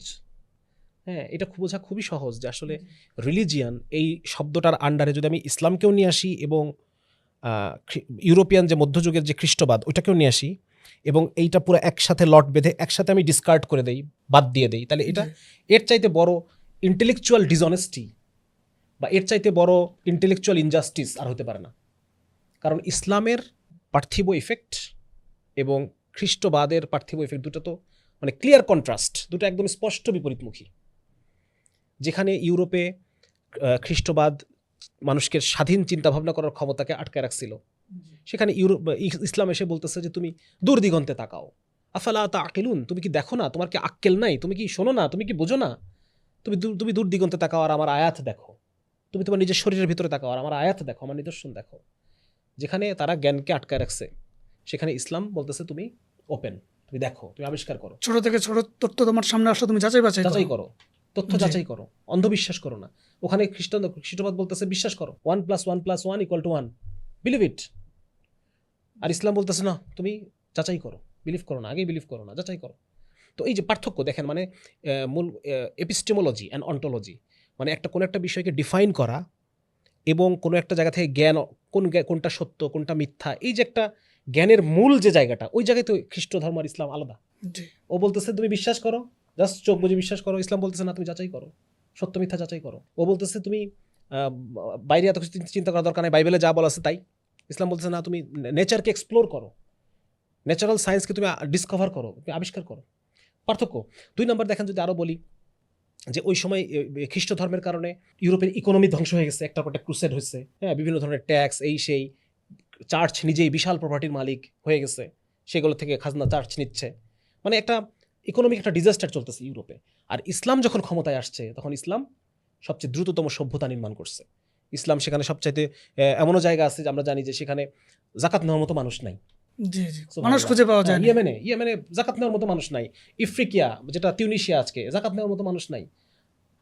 তারপর হচ্ছে এমনকি পরবর্তীতেও যদি আমরা দেখি যে আমাদের অটোমান সালতানাতের সময় যে মোহাম্মদ আল ফাতেহ, জি ওনার সময় পর্যন্ত জাকাত নেওয়ার মতো মানুষ নাই। যিনি কনস্টেবল হ্যাঁ, ফাতাহ করেছিলেন। জি জি তার মানে বোঝা যাচ্ছে যে আসলে পার্থক্য, অনেক পার্থক্য। যে পার্থক্য বুঝতে পারে না তার আসলে চোখ আছে কিনা সন্দেহ আমরা করতে পারি। আসলে বুঝতে হবে ইউরোপের চোখে মূলত ইসলাম দেখতেছে। হ্যাঁ, সে ইউরোপের চোখে দেখতেছে। তারপর ধরেন যে যদি বলি যে মানুষের নারীর কথা যদি বলি, ইউরোপে 1800 সালেও স্ত্রীকে, যে স্ত্রী বেশি কথা বলে তাকে বাজারে নিয়ে মানে অপমান করা হতো। মুখ এটা ওই যে গরুর মুখের মতো একটা মুখ লাগাই দিয়ে তাকে মানে ইয়ে করে রাখতো স্বামীরা। সেখানে ইসলাম নারীর মর্যাদাকে কোথায় উঠাইছে? হ্যাঁ, একজন সম্ভ্রান্ত নারী, মানে তার তার তার যে কি বলে এটাকে, তার সম্মানকে বজায় রাখার জন্য ইসলাম যে পরিমাণ এফোর্ট এবং যে পরিমাণ, পুরুষকে বলতেছে চোখ নামাও, হ্যাঁ, নারীকে বলতেছে তুমি নিজেকে আপাতমস্তক ঢেকে রাখো। পুরুষের চোখ, পুরুষের ব্রেইন অবজেক্টিফাইজ সবসময়। এটা নিয়ে প্রচুর আর্টিকেল আছে যে পুরুষের গেজ, মেল গেজ, পুরুষের চোখ সবসময় নারীকে অবজেক্টিফাই করে। পুরো নারীটাকেও দেখা লাগে না, নারীর একটা হাত, নারীর একটা চোখ, নারীর একটা পা, এটাকেও male brain and male gaze, পুরুষের চোখ, এটাকে অবজেক্টিফাই করে সে মনে মনে সে মজা নিতে পারে চাইলে। এটা নিয়ে প্রচুর আর্টিকেলও আছে। তাহলে আল্লাহ তাআলা বলতেছেন সম্ভ্রান্ত নারীর ক্ষেত্রে যে তোমরা জাহিলি যুগের মতো তোমরা বাইরে বেরো না, তোমরা ঢাকো নিজেকে, protect yourself from the gaze of male, পুরুষের চোখ থেকে নিজেকে বাঁচাও। আরে পুরুষ, তুমি তোমার চোখ নামাও। সুবহানাল্লাহ। তো এই দেখেন, মানে ইসলাম কোন জায়গায় নিছে সেই সময়, যেখানে ইউরোপ যখন একটা সাকসেসফুল রাষ্ট্র তৈরি করতে পারে নাই, তখন ইসলাম এমন রাষ্ট্র তৈরি করছে যে রাষ্ট্রে একটা কুকুর ভেসে গেলে পরে পর্যন্ত খলিফা কান্নাকাটি করতেছে। জি জি ওমরের ঘটনা আমরা জানি যে একটা কুকুর ভেসে গেছে, ও কাঁদতেছে ওমরের বসে বসে। তাহলে সেখানে মানে মানুষের প্রোটেকশন কোন পর্যায়ে, মানুষের সুরক্ষা, মানুষের অধিকার কোন পর্যায়ে পর্যন্ত পৌঁছেছে। একজন বিধবা কাঁদতেছে আর বলতেছে ওমর ধ্বংস হোক, ওমর তো পাগল হয়ে গেছে ওমর, আর বলতেছে যে কাল হাসরের মাঠে আমি কি জবাব দেব? একজন বিধবার তার দায়িত্ব পর্যন্ত খলিফার, রাষ্ট্রের। সুতরাং এই যে দেখেন, মানে ইসলাম এই পৃথিবীকে যা দিছে, আর ওই সময় খ্রিস্টবাদ তারা যে একটা অত্যাচার এবং নির্যাতনের সাম্রাজ্য খায়, দুটোকে এক হলো নাকি? তাহলে আপনি কিভাবে ধর্ম এই শিরোনামে আপনি সবকিছুকে আপনি বাতিল করে দেন? আপনি বলতেছেন যে ইসলাম থেকে কিছুই নেওয়ার নাই, আপনি তো অন্ধ, আপনি তো ইউরোপের চোখে দেখতেছেন, আপনার তো নিজের চোখই নাই। আমি মাঝে মধ্যে চিন্তা করলে আমার কাছে অবাক লাগে, ইসলাম একজন নারীর জন্য পার্সোনাল বডিগার্ডের ব্যবস্থা করেছে এবং তাকে কোনোভাবে ছেড়ে দেয়নি। হুম যেমন প্রথমে তার পিতা তার দেখভাল করবে, হুম। তাকে সম্পূর্ণ সুরক্ষা দেবে, তারপরে তার স্বামী, তারপরে তার ছেলে, সাথে তার ভাই, হুম মানে 4 জন ফিক্সড, যে হ্যাঁ কোনো কিছু হলে যেন তারা তাকে নিরাপত্তা দিতে পারে। কিন্তু খ্রিস্ট ধর্ম বা অন্য কোনো ধর্ম কিন্তু এইভাবে একেবারে এইভাবে কোর পর্যায়ে কিন্তু নিরাপত্তা আসলে নারীকে দিয়েছে, এটা আমার আসলে ওইভাবে চোখে পড়ে না আর কি। তারপরে দেখেন নারীর সিদ্ধান্তের সম্মান, নারীর যে সামাজিক মর্যাদাকে ইসলাম ইউরোপের সাথে কন্ট্রাস্ট করতে হবে আমাদেরকে সবসময়। জি জি জি, যে অবশ্যই। ইউরোপ, ওই একই সময়ে ইউরোপের অবস্থা কি নারীদের, আর ওই একই সময়ে মুসলমান নারীদের অবস্থা কি। তারপর যদি বলি যে আইনের শাসন, হ্যাঁ ইউরোপে যেখানে চার্চ কেন্দ্রিক যে ওদের ক্যানন ল ছিল, মানে ডিটেইলড কোডিফিকেশন ছিল, কিন্তু এটাকে চার্চ ইচ্ছা মতো ইউজ করতেছে। কখন মানে রাজা যদি বলে যে না আমাকে বাঁচাও, বা কেউ যদি চার্চের আশ্রয় গ্রহণ করে, তখন চার্চ তার পক্ষে বলে তাকে বাঁচাই দিচ্ছে। বা টাকা পয়সা দিলে সে, হ্যাঁ এগুলো করতে করতে চার্চ করতেছে। তো হিউজ দুর্নীতি সেই সময়। চার্চ তখন ইন্ডালজেন্স নামে একটা সার্টিফিকেট বিক্রি করতো, আচ্ছা তওবার সার্টিফিকেট। কেউ যদি এসে চার্চকে কিছু টাকা দিত, চার্চ তাকে একটা সার্টিফিকেট দিত যে দিস পার্সন ইজ জান্নাতি। হ্যাঁ, মানে জান্নাত বিক্রি করতো এইভাবে চার্চ একটা সময় গেছে। জি জি এবং দেখা যাচ্ছে যে যার অনেক টাকা আছে সে নিজের জন্য একটা জান্নাত কিনছে, আরো আত্মীয় স্বজনের কাছে জান্নাত কিনতেছে, জান্নাত কিনে আত্মীয়কে হাদিয়া দিচ্ছে যে তোমার জন্য কিনছি জান্নাত। জান্নাত মানে ওয়ান টাইপ অফ, মানে এটা একটা হাস্যকর একটা পরিস্থিতি সৃষ্টি হাস্যকর করেছে। পরিস্থিতি। এবং এর প্রেক্ষিতেই তো পরবর্তীতে আমরা জানি যে প্রোটেস্ট্যান্টিজম, ক্যাথলিক থেকে প্রোটেস্ট্যান্ট তখন বিদ্রোহ করলো। প্রোটেস্ট্যান্ট, ওই প্রোটেস্ট, ক্যাথলিকের এগেইনস্টে আমরা প্রোটেস্ট করলাম যে তোমাদের এই সমস্ত এই বুকিচুকি আমরা মানি না। এগুলো চলবে না, এগুলো বাদ। জি তো এই যে দেখেন, তো এই জায়গায় তারপর ধরেন যদি বলি যে রুল অফ লর কথা বলতেছিলাম, যে যেখানে সেখানে মুসলমানদের ল্যান্ডের রুল অফ ল এর কি অবস্থা, সেখানে একদম স্বয়ং খলিফার পর্যন্ত সেখানে মানে সাবজেক্টেড টু ল, জবাবদিহিতে হ্যাঁ আসতে হবে। আসতে হবে। আলী আমরা খলিফাদের ঘটনা জানি। আলী রাদিয়াল্লাহু তাআলা কয়েকবার তাকে কোর্টে আসতে হয়েছে, জি অথচ জাজ নিয়োগ দিয়েছেন উনি, কাজী সুরাই রহমতুল্লাহ আলী। জি কিন্তু উনি এরকম কঠোর থাকতেন যে খলিফাকে পর্যন্ত তার দরবারে আসতে হইতো। শুধু এটা না, আলী রাদিয়াল্লাহু কথা বাদ দিলাম, পরবর্তী সময়ে কয়েকজন খলিফার ঘটনা আছে যেখানে খলিফাকে নিজে স্বয়ং কোর্টে আসতে হয়েছে। তো এগুলো তো মানে ক্লিয়ার বিষয়, ঐতিহাসিক বিষয় এগুলা। যদি আমরা তারপর যদি বলি যে মানে একটা সকলের সমান অধিকার, সমান সুযোগ, সমান আদল এবং ইনসাফ, নিজের সমাজ, ইউরোপের একই সময় ইউরোপের অবস্থা দেখেন আর ইসলামের অবস্থা দেখেন। তোমার রাদিয়াল্লাহু তাআলার ব্যাপারে তো ঘটনা আছে যে প্রচুর, একজন প্রচুর। কৃষক, একজন নারী পর্যন্ত ওনার কাছে প্রশ্ন করেছেন যে এই কথার জবাবদিহি করেন আপনি। তারপর ধরেন যে ইউরোপে যে সময় জমিদার তন্ত্র চলতেছে, জমিদার, হ্যাঁ কিছু ছিল, একটা ছিল জমিদার ল্যান্ডলর্ড, আর তার অধীনে মানে যারা রায়ত প্রজা, এরা হচ্ছে সার্ফডম বলা হয়তো। মানে সার্ফ মানে হচ্ছে সার্ফ থেকে সার্ফ শব্দটা আসছে, মানে খাজনা দিতে হইতো, রেগুলার খাজনা দিতে হইতো। যখন যুদ্ধে যেতে বলবে তখন ওদের আবার যুদ্ধে যেতে হবে, যুদ্ধ সৈন্য সাপ্লাই দিত জমিদার। আমার অধীনে যে কৃষকগুলো আছে এগুলোর মধ্যে একটা অংশ আমি সৈন্য হিসেবে সাপ্লাই দিলাম রাজাকে, এভাবে তাদের জমিদারি টিকে থাকতো। ঠিক আছে, তো ওই সময় দেখা যাচ্ছে যে ইউরোপে যখন এইগুলো চলতেছে, সার্ফডম চলতেছে, জমিদার প্রজা সম্পর্ক চলতেছে, জি সেই সময়ে ইসলাম কি করলো, ওমর রাদিয়াল্লাহু তাআলা সেই সময় জেরুজালেম দখল করছে, সিরিয়া টিরিয়া পুরা রোমান সাম্রাজ্যের বিস্তীর্ণ এলাকা, রোমান সাম্রাজ্য এবং পারস্য সাম্রাজ্য। এখন এগুলো কি করবে এই জায়গাগুলা, তখন ওই অমুসলিম কৃষকদেরকে এই জায়গাগুলা সাহাবীরা বলছিল যে খলিফা আমিরুল মুমিনিন, আপনি এই জায়গা জমিগুলা সব আমাদের নামে লিখে দেন, মানে আমাদের নামে এটাই করে দেন। তো ওমর রাদিয়াল্লাহু তাআলা না, এটা করা যাবে না। মানে জমিদার প্রথাকে উনি না করে উনি কি করলেন, জমির মালিক বানায় দিলেন কৃষকদেরকে খারাজের ভিত্তিতে। বাৎসরিক খারাজ দিবা, একটা বাৎসরিক একটা খারাজ তুমি মদিনা রাষ্ট্রকে দিবা, আর তোমার জমি তুমি চাষ করবা।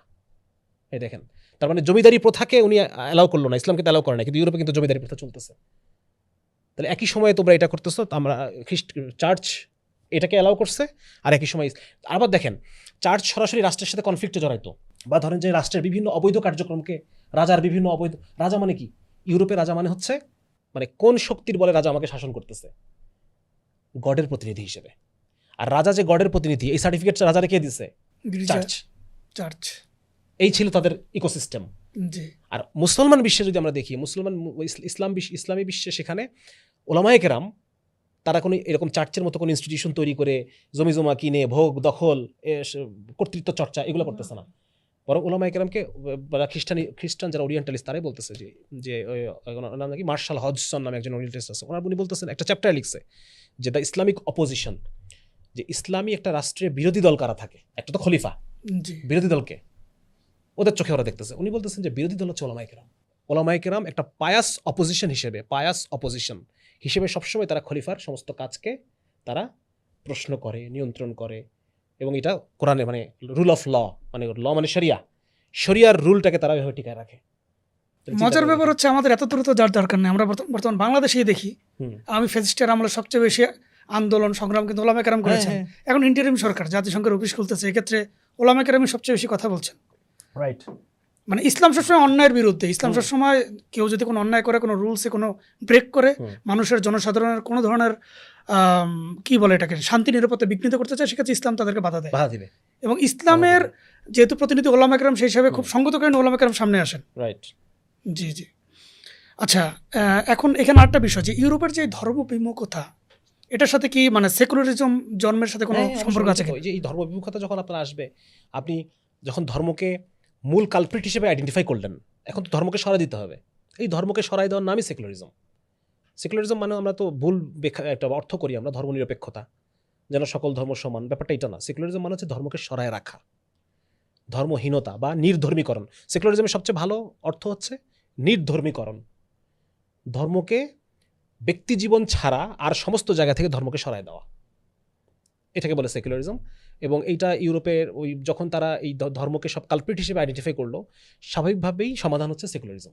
ধর্মকে সাইড করে রাখা। সুতরাং ইউরোপ সেকুলার হয়ে বাঁচছে, আর আমরা সেকুলার হয়ে ডুবছি।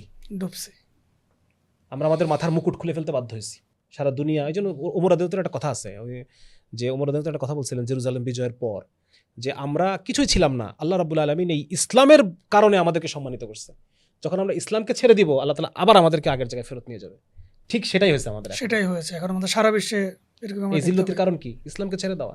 আজকে দেখেন যারা ইসলামকে কঠোরভাবে আঁকড়ায় ধরছে, তাদেরকে সারা দুনিয়া ঠিকই ভয় করে। এবং ভয় করে বলে টেররিস্ট বলে। টেরর মানে কি? ভয়, ত্রাস। তাহলে আমেরিকা তাকে ভয় করতেছে, ভয় করে তাকে বলতেছে টেরর। টেরর মানে যারা ইসলামী শরিয়তকে যারা আঁকড়ায় ধরতে চায়, তাদেরকে ও আমেরিকা ভয় পাচ্ছে এবং বলতেছে যে ও টেররিস্ট, আমাকে ভয় দেখায়। তাহলে এই যে মানে আফসোসের বিষয়, আমরা মুসলমানরাও তাকে টেররিস্ট বলতেছি। আরে ভয় তো দেখাচ্ছে আমেরিকাকে। আমি মুসলমান কেন ভয় পাই? আমেরিকা কেন ভয় পাচ্ছে? তার মানে ব্যবস্থা নষ্ট হয়ে যাবে। আমি আমেরিকার পক্ষে চলে গেছি, আমেরিকার চোখে আমি দেখতেছি। সুতরাং আজকে যে এই যে টেররিস্ট শব্দটা বা টেরোরিজম শব্দটা, এই শব্দটার প্রতি আমি পুরো অডিয়েন্স যারা শুনতেছেন সবার দৃষ্টি আকর্ষণ করতে চাই যে এই টেরোরিজম শব্দটা মানে কি? কার টেরর? কিসের প্রতি টেরর? এই টেররিস্ট তো ব্রিটিশরা ক্ষুদিরামকে বলতো টেররিস্ট। ব্রিটিশরা ক্ষুদিরাম বসু, যাকে আমরা সেলিব্রেট করি, হ্যাঁ, মানে ব্রিটিশ বিরোধী স্বাধীনতা সংগ্রামের আইকন মনে করি, সূর্য সেন, প্রীতিলতা ওয়াদ্দেদার, এদেরকে আমরা ব্রিটিশ বিরোধী সংগ্রামের আইকন মনে করি। এদেরকে ব্রিটিশ কি বলতো? টেররিস্ট বলতো, বিকজ দে ওয়ার টেরোরাইজিং ব্রিটিশ। তাহলে আজকে আমেরিকা যাকে টেররিস্ট বলতেছে, আপনি মুসলমান হয়ে কেন তাকে টেররিস্ট বলবেন? সে তো আপনার হিরো হওয়ার কথা ছিল। হি is fighting for sharia, he is fighting for Islam, fighting for Quran. তাহলে আপনি যদি আসলে মুসলমান হয়ে থাকেন, আপনার চোখে এই মানুষটা তো হিরো হওয়ার কথা ছিল।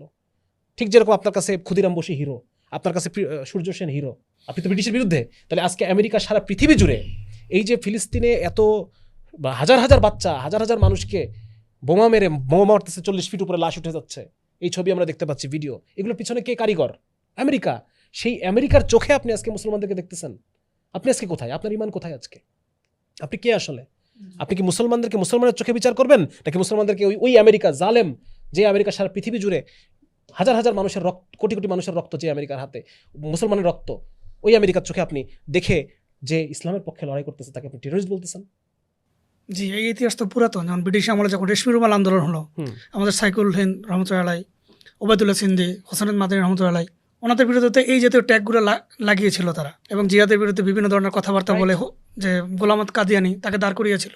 বিশাল এক অবস্থা তারা সৃষ্টি করেছিল। এবং যারা বালাকোটের ময়দানে আহমেদ শহীদ রহমতুল্লাহ যে জিহাদ করলেন ব্রিটিশদের বিরুদ্ধে, ওনার বিরুদ্ধে ওয়াহাবি যে ট্যাগ লাগাই ট্যাগগুলো দিল, এগুলো তো তাদের প্রি প্ল্যান্ড। এখন পুরাতন এই কালচারগুলো তারা, বিষয় হচ্ছে যে আমরা যারা মুসলমান, শুধু মুসলমান, অর্ডিনারি মুসলমান না, ইসলামী আন্দোলনের সাথে জড়িত আমরা, সেই আমরা পর্যন্ত আমেরিকার সাথে সুর মিলায় আমরা আমাদেরই ওই ভাইদেরকে কিন্তু আমরা টেররিস্ট মনে করি। আমেরিকা তাদেরকে যে ট্যাগটা দিচ্ছে, ওই ট্যাগটা আমরাও দিই। তাহলে কি আমি আমেরিকার পক্ষে, আমেরিকার স্বার্থের পক্ষে আমি? তাহলে আপনি আমেরিকার শব্দ কেন ইউজ করতেছেন? 2 নম্বর পয়েন্ট হচ্ছে এই যে কথা আসলো যে তাদেরকে জঙ্গি বলা, যে দেখেন জঙ্গিবাদ এটা তো আমেরিকার একটা উদ্ভাবিত শব্দ। জি, আমাদের ইসলামের তো নিজস্ব শব্দ আছে না আমাদের? জি খারেজিয়াত বা খারেজি বলি আমরা তাকে। সেই খারেজি কারা সেটার নির্দিষ্ট কিছু লক্ষণ আছে, আল্লাহ রসুল বলে গেছেন, কিছু প্যারামিটার আছে, এটা ওলামায়ে কেরাম জানেন। কেউ খারেজি কি খারিজি না এটা আমাদের আলেমরা এটা ফতোয়াটা দিবেন। জি জি কেন অবশ্যই। সেকুলার গভর্নমেন্ট এই ফতোয়া দিবে? সেকুলার গভর্নমেন্ট যখনই জঙ্গিবাদ শব্দটা ব্যবহার করে সে আমেরিকার পার্সপেক্টিভ থেকে ব্যবহার করে, আমেরিকার স্বার্থে ব্যবহার করে। আজকে আমি আপনি ইসলামী আন্দোলনের কর্মী হয়ে আমি আমেরিকার সুরে সুর মেলাচ্ছি, আমেরিকার সুরে সুর মিলাই আমি ওই ভাইদেরকে আমি আঙ্গুল তুলতেছি তাদের প্রতি, যারা যারা ইসলামী শরিয়ার কথা বলতেছে, যারা কোরআনের কথা বলে, আমাদের মধ্যযুগের যে ইসলামের যে স্বর্ণালী সভ্যতা, ওই সভ্যতাকে ফিরে আনার স্বপ্ন যারা দেখে। তাহলে আজকে আমার নিজস্ব স্বকীয়তা কোথায়? আমি আজকে কার পক্ষে কথা বলতেছি? বিষয়টা হচ্ছে আসলে আমি যখন কোনো কথা বলবো এর উদ্দেশ্যটা কি আমাদের চিন্তা করতে হবে, যে আমি এই কথা দ্বারা আসলে কি উদ্দেশ্য নিচ্ছি বা বর্তমানে কি উদ্দেশ্য নেওয়া হচ্ছে।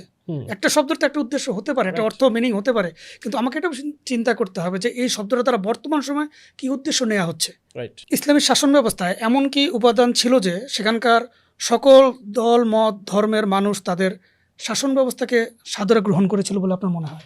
আচ্ছা, এখানে এক নম্বর তো এটা তো আল্লাহ তাআলার তরফ থেকে, হ্যাঁ, আল্লাহ রাব্বুল আলামিন তো এটা আমি আমার এর সামনে নিয়ে আমার এটা নিয়ে লেখালেখি করার সামনে আমার ইচ্ছা আছে যে ইসলামের যে যে ব্যবস্থাগুলোর কথা, যে প্রেসক্রিপশনগুলো ইসলাম দেয়, এইগুলো ফিতরাতি। রাসূলুল্লাহ সাল্লাল্লাহু আলাইহি ওয়াসাল্লাম হাদিস, এই ইসলাম দিন হলো ফিতরতের দিন, জি ফিতরাতের দিন। তার মানে ইসলাম হলো আল্লাহ রাব্বুল আলামিন যেটাকে যেভাবে সৃষ্টি করছেন ওইটাকে ওই অবস্থায় রাখে, ইসলাম ফিতরাতের সাথে রাখে। হ্যাঁ, যেটা আল্লাহ তাআলা কথার কথা আমি বিষয়টা ওইভাবে এভাবে আমি বুঝি। যেমন চোখ, এই চোখের এটাকে আল্লাহ তাআলা একভাবে তৈরি করছেন। কিছু কাজ আছে চোখকে ভালো রাখে, কিছু কাজ আছে চোখকে নষ্ট করে, তাই না? তাহলে যে কাজগুলো করলে পরে চোখটা ভালো থাকে, ফাংশনিং থাকে, কর্মক্ষম থাকে, জি ওইটা হচ্ছে চোখের জন্য ফিতরাতি। জি অবশ্যই। ঠিক একই রকমভাবে আজকে আমাদের মানুষের আল্লাহ রাব্বুল আলামিন, উনি জানেন যে আমাকে উনি কি দিয়ে বানাইছেন। আমার প্রত্যেকটা কোষে কোষে যে কোটি কোটি বিক্রিয়া চলতেছে একই মুহূর্তের মধ্যে, এটা আল্লাহ তাআলা জানেন, তার ইলমের মধ্যে আছে। আমার ব্রেইন একটা জিনিসকে যখন দেখে, এটাকে আমার ব্রেইন কিভাবে প্রসেসিং করে এবং করে কিভাবে আমি একটা সিদ্ধান্ত নিতে পারি, এগুলো আল্লাহ তাআলা জানেন। তো এই সব কিছু যিনি জানেন, উনি ইসলামকে পাঠাইছেন এবং বলছেন যে মানুষ তুমি যদি এভাবে চলো, ইসলাম অনুসারে চলো, তাহলে পরে তুমি দুনিয়াতে শান্তিতে থাকবা, তাকে হায়াতান তাইয়্যিবা দান করবো, মৃত্যুর পরে তুমি অনন্তকাল তুমি সুখে থাকবা। এটা তো কথা। জি জি তার মানে যদি আল্লাহ রাব্বুল আলামিন ইসলামটা পাঠাইছেন যেন আমাদের ফিতরাত ঠিক থাকে, আমাদের শরীর ঠিক থাকে, আমাদের মন ঠিক থাকে, আমাদের ব্রেইন ঠিক থাকে।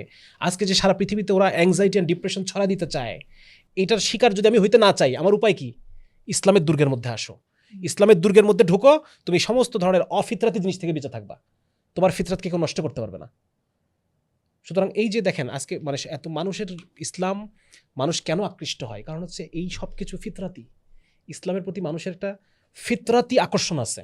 ঠিক যেরকম যদি আমি বলি যে মাছ যেরকম পানিতে গেলে পরে শান্তি পায়, জি মাছের ফিতরাতের জন্য পানিটা ইজ গুড, ঠিক একই রকমভাবে একজন মানুষ যখন ইসলামের সংস্পর্শে আসে তখন তার আত্মা শান্তি পায়। আলা বিযিকরিল্লাহি তাতমাইন্নুল কুলুব। সেটা এমন একটা অন্তরে জীবন, প্রশান্তি অনুভব করে। এমন একটা চিন্তা চেতনা, একটা চিন্তার ফ্রেমওয়ার্ক, রিজিক, তাকদীর, সব কিছু মানুষের অন্তরটাকে কি করে? টেনশন ফ্রি করে, রিল্যাক্স করে, শান্তি দেয়। হ্যাঁ, আমরা অনেক ঘটনা শুনছি যে এক লোকের ঘুম হয় না, পরে তাবলীগের তালিমের মধ্যে আসছে, তার মধ্যে তার ঘুম চলে আসছে, তাই না? মানে জি জি একটা শান্তি পায়, তার মধ্যে অন্তরে একটা রিল্যাক্সেশন আসে। সুতরাং ইসলামী রাষ্ট্র এরকম একটা, মনে করেন যে ইসলামী রাষ্ট্র ধরেন একটা বড় পরিবেশ, জি বড় শান্তির পরিবেশ। আমি উদাহরণ দিই মানুষকে এভাবে, যে আপনি দেখবেন যে রমাদান মাসটা একটু ডিফারেন্ট। রমাদানের আগের দিনে ঠিক পয়লা রমাদান, দুটোর মধ্যে পার্থক্য আছে। এটা আমরা ফিল করতে পারি, আমরা বলতে পারি না হয়তো, যে রমাদানের মধ্যে একটা পরিবেশ, শান্তি শান্তি একটা পরিবেশ, সবখানে একটা শান্তি শান্তি ভাব, একটা কেমন জানি ভাব, একটা আবহাওয়া, সবকিছু মিলায়। সবকিছু আমার একটা পরিবর্তন হয়ে গেছে। তো ওরকম ইসলামী রাষ্ট্র কিন্তু ওইরকম একটা জিনিস। জি এর মধ্যে একজন কাফের আসবে, একজন কাফের এসে সে মুসলমানদের আচার আচরণ দেখবে, ব্যবসা দেখবে, হ্যাঁ, তাদের লেনদেন দেখবে, তাদের আখলাক মুআমালাত মুআশারাত দেখবে, এবং তার অন্তরটা আস্তে আস্তে ইসলামের দিকে আকৃষ্ট হয়ে পড়বে। আমরা জানি যে যখন আফগানিস্তানে তালেবান ভাইরা ক্ষমতা আসার পরে তমাল ভট্টাচার্য নামে এক ছেলে প্রচুর সমালোচিত হয়েছে ইন্ডিয়াতে। জি জি ও বলতেছে যে তালেবান আসার সাথে সাথে কাবাবে গোশতের পরিমাণ বেড়ে গেছে। তার মানে সে আইডেন্টিফাই করতে পারছে যে কোনো একটা কিছু একটা ঘটছে, ঘটতেছে, কিছু একটা পরিবর্তন হয়ে গেছে। পরিবর্তন হয়ে গেছে। আগে ঘুষ দিতাম অফিসে, এখন আর ঘুষ দেওয়া লাগে না, কত সুন্দর কাজ হয়ে যাচ্ছে। আগে এটা করতাম, এখন এটা করা লাগে না। আগে এত ট্যাক্স দিতাম, এখন কিছু দেওয়া লাগে না, খালি জিজিয়া দেওয়া লাগে, সামান্য কিছু টাকা জিজিয়া দেওয়া লাগে। এই যে দেখেন, মানে এই পুরো জিনিসটাই মানুষকে আকৃষ্ট করে। ইসলামের মধ্যে, ইসলাম মানুষের ফিতরাতের দিন। মানুষ ইসলামের একটা জায়গার মধ্যে আসলে শান্তি পাবেই। সে যদি মানুষ হয়ে থাকে সে শান্তি পাবে, তার ভাল লাগবে। অনেক ভিডিও আপনি দেখবেন যে কোনো অমুসলিম মেয়েকে একটা কানে কোরআনের আয়াত ধরায় দিছে, শুনেন তো কেমন লাগে, শুনে ও কান্না শুরু করছে, যেগুলো আমি কখনো শুনি নাই, আমার অন্তরের মধ্যে কেমন যেন লাগতেছে, আমার কেমন একটা ভালো লাগা কাজ করতেছে আমার। বেচেনি ভাব চলে আসছে। হ্যাঁ, মানে এই যে দেখেন, মানে এইগুলো তো ওরা আসলে জানে না, এই ইসলামের পরিবেশটা ওদেরকে দেখাইতে পারি নাই আমরা। এটা আমাদের খেলাফতের ব্যর্থতা পর আসলে। থেকে দীর্ঘদিন পর্যন্ত কোনো ইসলামী রাষ্ট্র নাই। জি জি আমরা জানি যে ওই যে কি বলে ইভান রিডলি নামে এক মহিলা তালেবানের হাতে আটকা ছিল অনেকদিন, মুসলমান হয়ে গেছে। এরকম হবে, এটাই হবে। সে তো বই লিখেছে এই হ্যাঁ, বিষয়ে। পরে বইও লিখছে জি, ইন দ্য জি। Hand of Taliban. তো এই দেখেন, মানে মোট কথা হচ্ছে যে ইসলামের মধ্যে একটা সুন্দর, কিন্তু এইটা আমাদের মানুষকে দেখাইতে হবে, ডেমনস্ট্রেট করতে হবে, আমাদেরকে মানুষের কাছে বলতে হবে যে ভাই তোমার সমাধান ইসলামের মধ্যে আছে, তোমার অন্য কারো কাছে, সেকুলারিজমের কাছে, ইউরোপের কাছে, অমুক বিশ্ববিদ্যালয়ের তমুক ডক্টরেট টমক, এগুলো যাওয়ার দরকার নাই।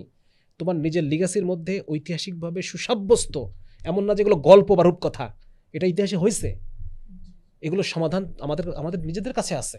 আসলে আমাদের আইডেন্টিটি আমরা ভুলে গেছি, আমরা হ্যাঁ, আসলে হীনম্মন্যতা, কি মানে ছিলাম আমরা। হীনম্মন্যতা, ওই যে ওরা আমাদেরকে বিশ্বাস করেছে হোয়াইট সুপ্রিমেসি, যে আমরাই সুপ্রিম, আমরা শাসক হওয়ার যোগ্য, তোমরা শাসিত হওয়ার যোগ্য। এটা হচ্ছে মানে কলোনাইজারদের মূল শিক্ষা হচ্ছে এইটা, জি যে আমরা শাসক হওয়ার যোগ্য বিকজ আমরা সুপ্রিম, আর তোমরা শাসিত হওয়ারই যোগ্য কারণ তোমরা মেয়েদের সাথে কীভাবে আচরণ করতে হয় জানো না, তোমরা একাধিক বিবাহ করো, তোমরা মেয়েদেরকে পর্দার মধ্যে আটকায় রাখো, তোমাদের কোমা সিভিলাইজেশন। অতএব আমরা আসছি তোমাদেরকে এডুকেট করার জন্য, সিভিলাইজ করার জন্য। 200 বছর তারা আমাদের ব্রেনে এগুলোই ঢুকেছে। হ্যাঁ, এগুলো যার কারণে আমরা হীনম্মন্য হয়ে গেছি। আমরা মানে কি বলা যায়, একটা ছেলে টুপি পরে ঘুরবে, সে চিন্তা করতেছে আমরা মোল্লাদের মতো দেখা যাবে, তাই আধুনিক হওয়ার জন্য তাকে টাই পড়তে হচ্ছে, তাকে ওয়েস্টার্ন পোশাক ফলো করতে হচ্ছে, আধুনিক মানে আমি নিজেকে একজন আধুনিক আধুনিক প্রমাণ হয়েছি। করার জন্য। আপনি মাঝখানে একটা কথা বলেন, সেটা হলো জিজিয়ার কথা, অমুসলিমরা জিজিয়া দিত। হুম। তো এখানে একটা বিষয় যে একজন অমুসলিম সে জিজিয়া দিচ্ছে এবং ইসলামিক রাষ্ট্রে আছে, অন্য কোনো ব্যবস্থা, সেটা গণতান্ত্রিক ব্যবস্থা হোক, সমাজতন্ত্র ব্যবস্থা হোক, বা অন্য যে কোনো ব্যবস্থা বাদ দিয়ে সে কেন জাস্ট ইসলামের জন্য কাজ করবে, বা মানে খেলা শাসন ব্যবস্থা বলি, ইসলামী শাসন ব্যবস্থা বলি, বা ইসলামের জন্য বলি, মানে একজন অমুসলমানের ইসলামের বেনিফিটটা কি, বেনিফিটটা কি? সে কেন ইসলামের আমি মুসলমান, হ্যাঁ ঠিক আছে, আমি এখানে ইসলামী শাসন ব্যবস্থা হলে আমার আমার সবকিছু, আমার এনভায়রনমেন্ট সবকিছু আমার মতো হলো, আমি বুঝলাম, কিন্তু একজন অমুসলিম কেন এই জিনিসটা গ্রহণ করবে? চমৎকার, এটা ভালো একটা প্রশ্ন আর কি। এটা নিয়ে আমাদের সামনে লেখালেখি করার ইচ্ছা আছে যে ইসলাম কায়েম হওয়ার দ্বারা একজন অমুসলিমের লাভ কি। জি প্রথম কথা হচ্ছে, ইসলাম কায়েম, সে যদি একটা ইসলামী রাষ্ট্রে থাকে, ইসলামী রাষ্ট্র তার নিরাপত্তা বিধান করবে, এক নাম্বার। সে কারো ভোট ব্যাংক হবে না। ভোট ব্যাংককে কিছুদিন পর পর অ্যাক্টিভেট করার জন্য রাষ্ট্র নিজেই পুলিশ দিয়ে, অমুক দিয়ে, তমুক দিয়ে, তার 2 দিন পর পর এখানে আগুন দেওয়া, সেখানে আগুন দেওয়া, হ্যাঁ 2 দিন পর পর আমরা দেখছি না, জি, জি, জি। গত হাসিনা গভর্নমেন্টের আমলে আমরা দেখছি, যখনই ভারত থেকে কোনো কূটনৈতিক বা প্রধানমন্ত্রী বা কেউ XYZ ভারত থেকে বাংলাদেশে আসার টাইম হয়, তখনই একটা আগুন, একটা সাম্প্রদায়িক একটা তখন একটা অরাজকতা, কিছু একটা লাগাই দেয়। জি জি জি এবং আমরা দেখছি সাঁওতালদের ঘরে কিভাবে পুলিশ গিয়ে গিয়ে আগুন লাগাচ্ছে, এটা ভিডিও আমরা দেখছি। জি সো এই যে দেখেন, মানে অমুসলমানরা একটা গণতান্ত্রিক রাষ্ট্রে ভোট ব্যাংক হিসেবে থাকে, ভোট ব্যাংক, তাদের মন জয় করার চেষ্টাও থাকে, আবার সময় সময় তাদের কন্ট্রোলড হার্ম করে তাদেরকে অন্য কাউকে দেখানোর একটা ব্যাপার থাকে, যে দেখো আমরা যদি না থাকি তাহলে এরা শেষ, হে ভারত দেখো, আওয়ামী লীগ গভর্নমেন্ট যদি আমি ক্ষমতায় না থাকি তাহলে হিন্দুদেরকে দেখবে, দেখো ওদেরকে মুসলমানরা কত নির্যাতন করতেছে, আমরা এটাকে রাখছি। এই যে দেখানোর একটা, এই কারণে একজন শান্তিপ্রিয় যে অমুসলিম, একজন নন মুসলিম যদি শান্তিপ্রিয় হয়, সে এই গণতান্ত্রিক রাষ্ট্রে সে আসলে শান্তি থাকতে পারতেছে না, কারণ তাকে নিয়ে সবসময় কেউ না কেউ খেলতেছে, তাকে নিয়ে খেলতেছে, সে সবসময় খেলার বস্তু হয়ে থাকে, খেলার বস্তু হয়ে থাকতেছে। এই যে হাসিনা পলানোর পরে অনেক অনেক হিন্দু নেতাকে আমরা দেখছি যে প্রতিবাদ করতেছে, যে এই তোমরা হিন্দুরা, তোমরা এই খেলার মধ্যে যাও না। জি জি হ্যাঁ, কিন্তু পুরো কমিউনিটি কিন্তু খেলার মধ্যে চলে গেছে, আমরা দেখছি। তো যাই হোক, এটা এর ফলে হয় কি, একজনের চোখের মনি আরেকজনের শিকার, এরকম একটা অবস্থার মধ্যে কিন্তু পড়ে যায়। যার কারণে একজন অমুসলমান, এটা সবচেয়ে ভালো, আমি যদি ডক্টর ওয়াইল হাল্লাক নামে একজন ভদ্রলোক আছেন, উনি একজন সিরিয়ান খ্রিস্টান জি এবং আমেরিকার একটা ইউনিভার্সিটির উনি প্রফেসর পলিটিক্যাল সায়েন্সের। ওনার একটা কথা আছে, উনি বলতেছেন যে আমি যে কোনো ডেমোক্রেটিক উন্নত দেশের চাইতে, উন্নত দেশে ফার্স্ট ক্লাস সিটিজেন হয়ে থাকার চেয়ে আমি একটা ইসলামী খেলাফতে সেকেন্ড ক্লাস সিটিজেন হয়ে থাকার জন্য রাজি আছি। কারণ উনি ব্যাপারটা বুঝতে পারছে যে একটা ইসলামিক স্টেট, একটা ইসলামী রাষ্ট্রে একজন জিম্মি, তার নিরাপত্তা, তার আশ্রয়, তার অধিকার হ্যাঁ, সমূহ যেগুলো সে যদি স্টান্টবাজি করতে না চায়, হ্যাঁ, যে আমি পুরা এলাকা ধরে আমি ঢাক ঢোল পিটায় আমি একদম পুরো এলাকা গরম করে ফেলবো, আমি মুসলমানদেরকে একটা চ্যালেঞ্জের মতো জানাইতে চাই, হ্যাঁ, মসজিদের সামনে গিয়ে আমি হৈ হুল্লো করে নাচতে চাই ঢাক ঢোল পিটায়া। কেউ যদি এরকম না হয়, শান্তিপ্রিয় মানুষ হয় যে আমি আমার এই জীবনে আমি শান্তিমতো আমার ধর্মীয় ইবাদতগুলো করে আমি ব্যবসা বাণিজ্য করে বাচ্চা কাচ্চা নিয়ে আমি শান্তিতে থাকতে চাই, এরকম যদি কেউ হয়, তার জন্য ইসলামিক খেলাফত আদর্শ একটা জায়গা। নিরুপদ্রব, তাকে কোনো যুদ্ধে যেতে হবে না, তাকে কোনো কোনো গ্যাঞ্জাম ফ্যাসাদের মধ্যে তাকে যেতে হবে না, কোনোখানে তাকে যেতে হবে না। মুসলমানরা তার প্রপার্টিকে জিজিয়া করার মাধ্যমে, জিজিয়া ট্যাক্স মুসলমানরা নিবে, এর বদলে তাদেরকে তারা মুসলমানরা নিরাপত্তা দিবে। এমনকি তারা নিজেরাও যদি নিজের ঘর বাড়ি ছেড়ে পালা যায়, তবু মুসলমান কর্তৃপক্ষ তাকে ওই ঘর বাড়িকে নিরাপত্তা দিতে বাধ্য, যদি জিজিয়া নিয়ে থাকে। জি, তার নিরাপত্তার সম্পূর্ণ দায়িত্ব সেই ইসলামী রাষ্ট্রের। ব্যবসা বাণিজ্য করবে, নিজের মতো চলবে। তার মানে কোনো ধরনের কোনো ঝামেলা গ্যাঞ্জাম ছাড়া যদি একজন অমুসলমান সুখে শান্তিতে তার জীবনটা পার করতে চায়, ইসলামী রাষ্ট্র তাকে অন্য যে কোনো রাষ্ট্রের চাইতে তাকে বেশি সুযোগ দেবে থাকার জন্য, মানে জি জি, নিরুপদ্রবভাবে থাকার জন্য। আর কেউ যদি চায় যে আমি উপদ্রব তৈরি করতে চাই, তাহলে পরে তো হবে না, তাহলে তুমি রাষ্ট্রের এগেন্সটে চলে গেলা। যার কারণে মানে অমুসলিমরা ইসলামী রাষ্ট্র আসলে কী পাবে, এটা একটা গুরুত্বপূর্ণ প্রশ্ন, এবং এটা নিয়ে আলোচনা হওয়া দরকার, আমাদের উলামায়ে কেরামের মুখ থেকে আসা দরকার। বিশেষ করে যারা ইসলামী কি বলা যায় রাষ্ট্রকল্প নিয়ে আমরা কথা বলি, এটা খুব গুরুত্বপূর্ণ একটা পয়েন্ট, আমাদের বারবার এটা হাজির করা উচিত। জি, এখানে প্রাসঙ্গিক আরেকটা বিষয় আমি জানতে চাচ্ছি, সেটা হচ্ছে ভারত উপমহাদেশে বিভিন্ন যুগে যুগে মুসলিম অনেক সেনানায়ক এসেছেন। আমরা উল্লেখ করতে পারি মোহাম্মদ বিন কাসেম, ইখতিয়ারউদ্দিন মোহাম্মদ বখতিয়ার খলজি, তারপর মোগল শাসন। ইতিহাসের পাতায় আমরা দেখতে পাই ওনারা যখন এসেছেন তখন প্রচুর অমুসলিম মুসলমান হয়েছিলেন। এর পিছনে আসলে কি কারণ ছিল, যে ওনাদের উপরে আতঙ্ক, নাকি আসলে ওনারা অমুসলিমরা এমন কিছু ইসলামের ভিতরে পেয়েছিল যাতে তাদের মনে হয়েছিল না এটাই আমাদের জন্য বেস্ট? আসলে বিষয়টি কী ছিল?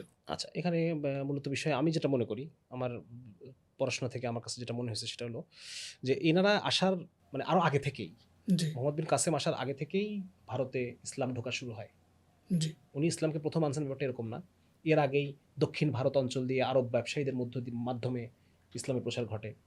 তারপর হচ্ছে বিভিন্ন প্রিচার্স, সুফি প্রিচার্স যারা ছিলেন, সুফি সাধক যারা ছিলেন, ওনারা আসতে থাকেন। ইখতিয়ার বিন বখতিয়ার খলজি আসার আগে অলরেডি বাংলাদেশে মুসলিম কমিউনিটি আছে। হ্যাঁ, যেমন হচ্ছে আমরা জানি বাবা আদম শহীদের সাথে বল্লাল সেনের যুদ্ধ হয়েছিল। হ্যাঁ, যুদ্ধে বাবা আদম শহীদকে বল্লাল সেন শহীদ করে দেয়, এই জন্য তার নাম আদম শহীদ। তার মানে এটা কিন্তু বখতিয়ার খলজির আসার আগে। বখতিয়ার খলজি আসছে লক্ষণ সেনের সময়, আর লক্ষণ সেনের বাপ মনে হয় বল্লাল সেন, যদি আমি ভুল না করে থাকি, বাপ বা দাদা। সেই সময় কিন্তু অলরেডি মুসলিম কমিউনিটির সাথে যুদ্ধ চলতেছে অলরেডি। তার মানে আমরা বুঝতে পারলাম যে আসলে মূলত এই সেনা নায়কদের দ্বারা না, বরং যারা দায়ী ছিলেন ওনাদের দাওয়াতের মেহনতের জন্যই বাংলাদেশ না, শুধু ভারত উপমহাদেশের ইসলামের প্রচারটা এখানে হয়। এটা 1 নম্বর পয়েন্ট। 2 নম্বর পয়েন্ট হচ্ছে ওনারা এসে কি করেন, ওনারা এসে ইসলাম প্রচারটাকে একটু ফ্যাসিলিটেট করেন, সহজ করে দেন। আগে বল্লাল সেনের সাথে যুদ্ধ হচ্ছে, এখন আর তো যুদ্ধ না, এখন তো ক্ষমতাই আমাদের। সুতরাং এখানে ওনারা স্বাধীনভাবে যারা সুফি সাধক ছিলেন তারা ইসলামটাকে প্রিচ করতে পারছেন, 1 নম্বর। 2 নম্বর হচ্ছে এর আগে কিছু ক্ষেত্র প্রস্তুত হয়েছিল, সেটা হচ্ছে আমরা জানি যে হিন্দু ধর্মের যে জাতপাতের যে ব্যাপারটা আছে, হ্যাঁ, সুতরাং এই ব্রাহ্মণ এবং ক্ষত্রিয় সমাজের কাছে 2-3 শ্রেণীর মানুষ তারা খুবই নির্যাতিত অবস্থায় ছিল সামাজিকভাবে। 1 নম্বর হচ্ছে বৌদ্ধ যারা ছিল, তারা বৌদ্ধ জনগোষ্ঠী প্রচুর নির্যাতনের শিকার হয়েছিল। বৌদ্ধ জনসংগোষ্ঠী কিন্তু অনেক, কারণ আমরা জানি যে সেন আমলের আগে কিন্তু পাল আমল ছিল, এবং বৌদ্ধদের একাধিক রাজবংশ কিন্তু এইখানে শাসন করে গেছে। সুতরাং বৌদ্ধ জনগোষ্ঠী কিন্তু 1-2 জন না, অনেক তারা শাসন করেছে, এবং সেইভাবেই তারা এখানে প্রভাব বিস্তার করেছে। রাইট। তাহলে এটা সুতরাং সেই পরিমাণ অনেক বৌদ্ধ, তারপর হচ্ছে নিম্ন বর্ণের হিন্দু যারা শূদ্র জনগোষ্ঠী, এছাড়াও বৌদ্ধ আর হিন্দু ছাড়াও আরও কিছু অহিন্দু জনগোষ্ঠী ছিল এখানে, যারা স্থানীয় দেবদেবীর পূজা টুজা করতো। তো এরাই হচ্ছে কন্টিনিউয়াস এই ব্রাহ্মণ এবং এদের পক্ষ থেকে একটা কনস্ট্যান্ট প্রেশারে থাকতো। হ্যাঁ, তো এই জায়গা থেকে দেখা যাচ্ছে যে সুফিরা এসে যখন তারা একটা সাম্যের বাণী শোনালেন, ইসলামের যে সাম্য, সবাই সমান একটা যে ব্যাপার, এটা প্লাস হচ্ছে তাদের জন্য তারা কয়েকটা কাজ করে। এটা এই কথাগুলো যে আমি বলতেছি, এইটা পাওয়া যাবে হচ্ছে থমাস আর্নল্ডের লেখা একটা বই আছে, দ্য প্রিচিং অফ ইসলাম। এই বইয়ের মধ্যে বিস্তারিত এই বিষয়গুলো আছে। তো ওনার কথা হচ্ছে যে সেই সময় ওনারা এসে যে সুফি সাধকদের যে কমপ্লেক্স থাকতো, এই কমপ্লেক্সের মধ্যে মসজিদ থাকতো একটা, খানকা থাকতো একটা, এখানে লঙ্গরখানা থাকতো একটা, যেখানে মানুষকে খাওয়ানো হইতো, ফ্রি খাওয়ানো হতো। এখানে মাদ্রাসা থাকতো, যেখানে শিক্ষা দীক্ষা দেওয়া হইতো, এখানে পুকুর থাকতো একটা, যেখানে মানে পানীয় জলের ব্যবস্থা ছিল। হ্যাঁ, এবং এই জিনিসগুলোকে এইটার দ্বারা এই স্থানীয় যে জনগোষ্ঠী যাদের কথা বললাম আমি, বৌদ্ধ, বিভিন্ন বর্ণের হিন্দু এবং যারা এরা উপকৃত হইতো। এবং এইটার মধ্য দিয়ে মূলত ইসলামের প্রচারটা কিন্তু হয়েছে এই জায়গাটার মধ্যে। আর শাসনের কারণে কিছু কনভার্সন হয়েছে, এটা হচ্ছে উচ্চবর্ণের হিন্দু যারা, উচ্চবর্ণের হিন্দুরা তারা কিছু অংশ, সবাই না, কিছু অংশ তারা শাসন মানে শাসকের সাথে সম্পর্কের দ্বারা যে একটা প্রেশার থাকে জি। ওইটার দ্বারা তারা ইসলাম ধর্ম কনভার্ট হয়েছে মানে শাসকের একটু কাছে যাওয়ার জন্য। কাছে যাওয়ার জন্য। যেমন উদাহরণ যদি দেই, কি বলে আমরা জানি ঈশা খানের কথা জানি না আমরা, জি, জি, সোনারগাঁও ঈশা বিখ্যাত খান, সেনাপতি। হ্যাঁ, ঈশা খার দাদা ছিল মুসলমান, আচ্ছা আচ্ছা। সম্ভবত নাম ছিল ভগবান দাস। উনি ছিলেন ওই সময়কার যিনি সুলতান তার মানে কাছের একজনই আর কি। জি জি। পরে উনি ইসলাম গ্রহণ করে আরো কাছের হয়ে গেলেন। ঈশা খান, তারপর তার ভাই, তার ছেলে মুসা খান, এরা হচ্ছে ওই ওই ওই ওই জেনারেশন। তার মানে এরকম কিছু। আর আল্লাহ রাব্বুল আলামিন তো হেদায়েতের ফয়সালা বিভিন্নভাবে করেন। অবশ্যই অবশ্যই। হ্যাঁ, তো এখানে একটা জিনিস থাকছে, সেটা হচ্ছে যে তারা তাদের বিজয়ের কারণে মুসলমান ইসলাম বাড়ছে, ব্যাপারটা ওইটা না, বরং তারা আসার দ্বারা দাওয়াতের কাজগুলোকে তারা সাপোর্ট করছেন। দাওয়াতের কাজে তারা যে বাধাগুলো ছিল, বাধাগুলো উঠে গেছে। মানে তাদের প্রেসারে হয়েছে বিষয়টা এমন ব্যাপারটা না, এরকম জাস্ট না। তারা বাধাটা হ্যাঁ, একটু হ্যাঁ। দূরীভূত কারণ করেছেন আমরা আর তো কি। জানি যে আসলে জোরপূর্বক কাউকে ইসলাম গ্রহণ করা এটা আমাদের শরীয়তে নাই, না না না, তা তো এটা নিষেধ অবশ্যই। করা। জি জি জোর করে কাউকে ইসলাম গ্রহণ করা যাবে না। জি। তাকে এমন একটা পরিবেশ তৈরি, ইসলামী রাষ্ট্র কি করে, একটা পরিবেশ তৈরি করে, যে পরিবেশটা অমুসলমানের মনের মধ্যে ইসলামটাকে, সত্যতাকে উদ্ভাসিত করে, জি। একটা পরিবেশ তৈরি করে। কিন্তু জোর করে একজন অমুসলমানকে ইসলাম গ্রহণ করানো, এটা তো ইসলামের কাজ না, না, কাজ না। এটাকে নিরুৎসাহিত করা হয়েছে। জি জি জি। কোরআনে বলা আছে যে ধর্মে কোনো জবরদস্তি নেই। জবরদস্তি নেই। হুম, না, এটা। ঐতিহাসিকভাবে তো এই জিনিসটাই আসে, যেমন রাজা চেরুমল যিনি হুম। কেরালা ছিলেন, হুম, হুম, উজবেক শাসনের সাথে সাক্ষাৎ করেছেন, এরকম আমরা পাই ঐতিহাসিকভাবে। আবার সাদ ইবনে আবি ওয়াক্কাস রাদিয়াল্লাহু আনহু, উনি ইসলাম প্রচারের জন্য চীন গিয়েছিলেন, মাঝখানে এই বাংলা হয়ে গিয়েছিলেন। বাংলা হয়ে গেছে। লালমনিরহাটে এখন ওনার মসজিদ, পুরাতন হুম, হুম, মসজিদ, হুম, যেটা আমরা পাই আর কি। ধন্যবাদ। আচ্ছা, এখন আমরা একটা জিনিস জানতে চাবো, সেটা হচ্ছে ইসলাম কিভাবে নৈতিকতা শিক্ষা দেয় এবং এটি আসলে ঠিক কতটুকু বাস্তবসম্মত? এটাও একটা ভালো একটা প্রশ্ন। বিশেষ করে আমি এটা নিয়ে আমি চিন্তা করতেছিলাম যে যেহেতু এখন জেন জি তারা এই বিষয়গুলোতে খুব কনসার্ন, এনভায়রনমেন্ট, এনভায়রনমেন্ট। যে পরিবেশ দূষণ হচ্ছে, এটা থেকে কিভাবে বাঁচা যায়, তারপরে যে এই যে বিভিন্ন মাখলুকের প্রতি যে দয়া, দয়া। পশু পাখির প্রতি দয়া, এই জেনারেশনটা অনেক বেশি। তারপর মেয়েদের বিভিন্ন যে অপারেশন হচ্ছে নারীদের উপরে, সেটার বিরুদ্ধে তারা সরব। তো এই জায়গা থেকে আমি যারা জেনজি যারা আসছেন তাদের কাছে আমার অনুরোধ থাকবে, আপনারা ইসলাম নিয়ে স্টাডি করেন। হ্যাঁ, ইসলামটাকে আপনারা একটু বোঝার চেষ্টা করেন, ইসলাম কি বলতে চায়, ইসলাম কিভাবে সমস্ত জুলুমকে ইসলাম নির্মূল করে। হ্যাঁ, এটা আপনারা ইসলাম সম্পর্কে স্টাডি বাড়ান। আলহামদুলিল্লাহ এখন আমাদের বাংলাতে অনেক ম্যাটেরিয়ালস আছে, অনেক ভালো ভালো প্রকাশনী থেকে ভালো ভালো বইপত্র, বিশেষ করে পশ্চিমা গবেষকদের অনেক বই অনুবাদও আমাদের কাছে আছে। জি। আবার আমাদের নিজস্ব যারা লেখক এখন যারা আছেন, তারাও বিভিন্ন গবেষকদের বই থেকে সংকলন করে করে তারা একটা জিনিসকে উপস্থাপন করতেছেন। সুতরাং এখন যে আধুনিক ধারার যে বইগুলো আছে, এইগুলা আমি জেনজির ভাইদের বোনদেরকে পড়ার জন্য অনুরোধ করব। ইসলাম যেটা করে, ইসলাম একটা খুব অসাধারণ একটা ইথিক্যাল মডেল দেয় আমাদেরকে। ইসলাম কেন আমরা বলি না যে ইসলাম সর্বযুগে সর্বকালে ধর্ম, ইসলাম আমরা বলি জি। এটা। কেন ইসলাম সব যুগে ফিট, এটার কারণটা কি?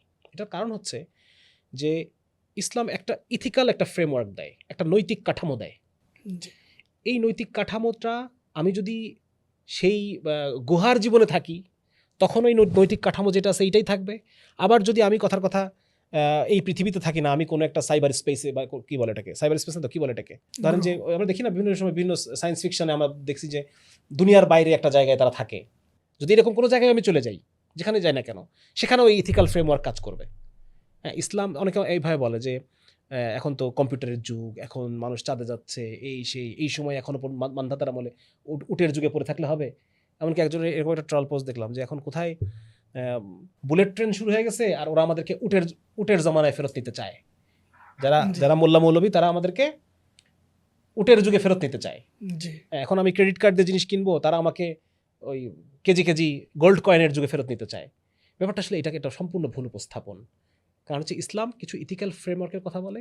আপনি যদি উটের উপর চলেন, তাও এই ফ্রেমওয়ার্ক কাজ থাকবে। আপনি যদি গাড়িতে চলেন, বুলেট ট্রেনে চলেন, তবুও এই ফ্রেমওয়ার্ক থাকবে। হ্যাঁ, যে কোনো সময়, হ্যাঁ, যে কোনো অবস্থায় যেমন ফ্রেমওয়ার্ক ধরেন কাজ করবে। আপনি নামাজ পড়বেন, কথার কথা জি। নামাজ পড়বেন আপনি এখন, তা উটের পিঠে চলতে চলতে উট যদি দিক পরিবর্তন করে, তাহলে কি আমাদের নিয়ম কি? সম্ভব হলে পরে দিক পরিবর্তন করা, করা বা সম্ভব নৌকা না। যদি ঘুরে যায় দিক পরিবর্তন করতে হবে। জি। আপনি যদি প্লেনে চড়ছেন, এখন প্লেনে আপনি নামাজ পড়তে চান, একই জিনিস, সেম জিনিস আপনার উপর অ্যাপ্লিকেবল, ঠিক না? তো এরকম ইসলাম মানে ম্যাটেরিয়াল প্রোগ্রেস, বা এই আপনি টেকনোলজি করবেন, এইগুলো করবেন, এইগুলোতে ইসলামের কোনো সে নাই। তুমি করো, এটা তুমি ম্যাটেরিয়াল প্রোগ্রেস করবা, করো। তুমি গোল্ড কয়েন থেকে, তুমি কথার কথা এটা গোল্ড কয়েন বহন করা হেভি, তুমি এখন ক্রেডিট যাচ্ছ, সেম জিনিস। তাহলে কি এথিক্যাল ফ্রেমওয়ার্ক কি? সুদ, ওখানেও থাকবে না, ওখানেও থাকবে না। সুতরাং ইসলাম, এই জন্যই বলা হয় যে ইসলাম হচ্ছে একটা এমন একটা জীবন ব্যবস্থা যেটা সব যুগের সব কালের। চাই আপনি যত ইচ্ছা আপনি ম্যাটেরিয়াল প্রোগ্রেস করেন, আপনি পার্থিব জগতে বস্তুগত উন্নতি যতই হোক না কেন, কিন্তু ইসলাম সবখানে প্রাসঙ্গিক থাকবে। অবশ্যই। যেমন হচ্ছে, যদি আমি ইসলামের ইথিক্যাল ফ্রেমওয়ার্কটাকে যদি আমি একটু ভিন্নভাবে ব্যাখ্যা করি সবার বোঝার জন্য, যে কয়েকটা এখানে কাঠামো। এক নম্বর হচ্ছে ক্রিয়েটার, যে আল্লাহ রাব্বুল আলামিন সমস্ত কিছু সৃষ্টিকর্তা এবং তার কাছে প্রত্যেককে জবাবদিহি করতে হবে। অবশ্যই। তাহলে এই দেখেন, এই একটা পয়েন্ট যার মাথার মধ্যে আছে, সে তো প্রত্যেকটা কাজের আগে চিন্তা করতে হবে যে আমি যা ইচ্ছা তাই করতে পারবো না। আমাকে সবসময় এটা আমার কাজ, আমি যে কাজটা করলাম এই কাজটা জাস্টিফাইড কিনা এটার জবাব আমাকে দিতে হবে। আসলে আমাকে দিতে হবে একজনের কাছে। জি। তাহলে এটা হচ্ছে একটা ইথিক্সের একটা গুরুত্বপূর্ণ একটা পার্ট এটা। 2 নম্বর হচ্ছে যে এই সব কিছুকে আল্লাহ রাব্বুল আলামিন সৃষ্টি করছেন এবং সৃষ্টি করে মানুষের তত্ত্বাবধানে দিয়ে দিয়েছেন। এটা মানুষকে আল্লাহ দিয়ে দেন নাই, মানুষ হচ্ছে আল্লাহর খলিফা। জি। সুতরাং এই দুনিয়া, এই বিশ্বজগৎ, এই 2টা চোখ, এই 2টা পা, 2টা হাত, এই সব কিছু আসলে অ্যাকচুয়ালি আমার না, আমাকে এটা আল্লাহ রাব্বুল আলামিন ব্যবহার করা যায়। আমানত হিসেবে দিয়েছেন জি। এবং আমি এটার দেখভাল করার দায়িত্বপ্রাপ্ত। এটাকে আল্লাহ তাআলা যেভাবে সৃষ্টি করছেন ভারসাম্যপূর্ণ করে, হ্যাঁ, আল্লাহ তাআলা বলছেন যে আমি সৃষ্টি সব কিছুর উপর আমি সৃষ্টি করেছি মিজান, বা এটার একটা অর্থ এরকম এক জায়গায় পেয়েছি যে ভারসাম্যপূর্ণ। সব কিছুর মধ্যে আল্লাহ তাআলা একটা ব্যালেন্স তৈরি করছেন। তো যেভাবে আল্লাহ তাআলা ভারসাম্যপূর্ণভাবে তৈরি করছেন, এইটাকে, এই ভারসাম্যটাকে টিকায় রাখা, এইটা আমার দায়িত্ব। যেহেতু আমি খলিফা, আমি দায়িত্বপ্রাপ্ত। সুতরাং আমি পানি চাইলেই অপচয় করতে পারবো না।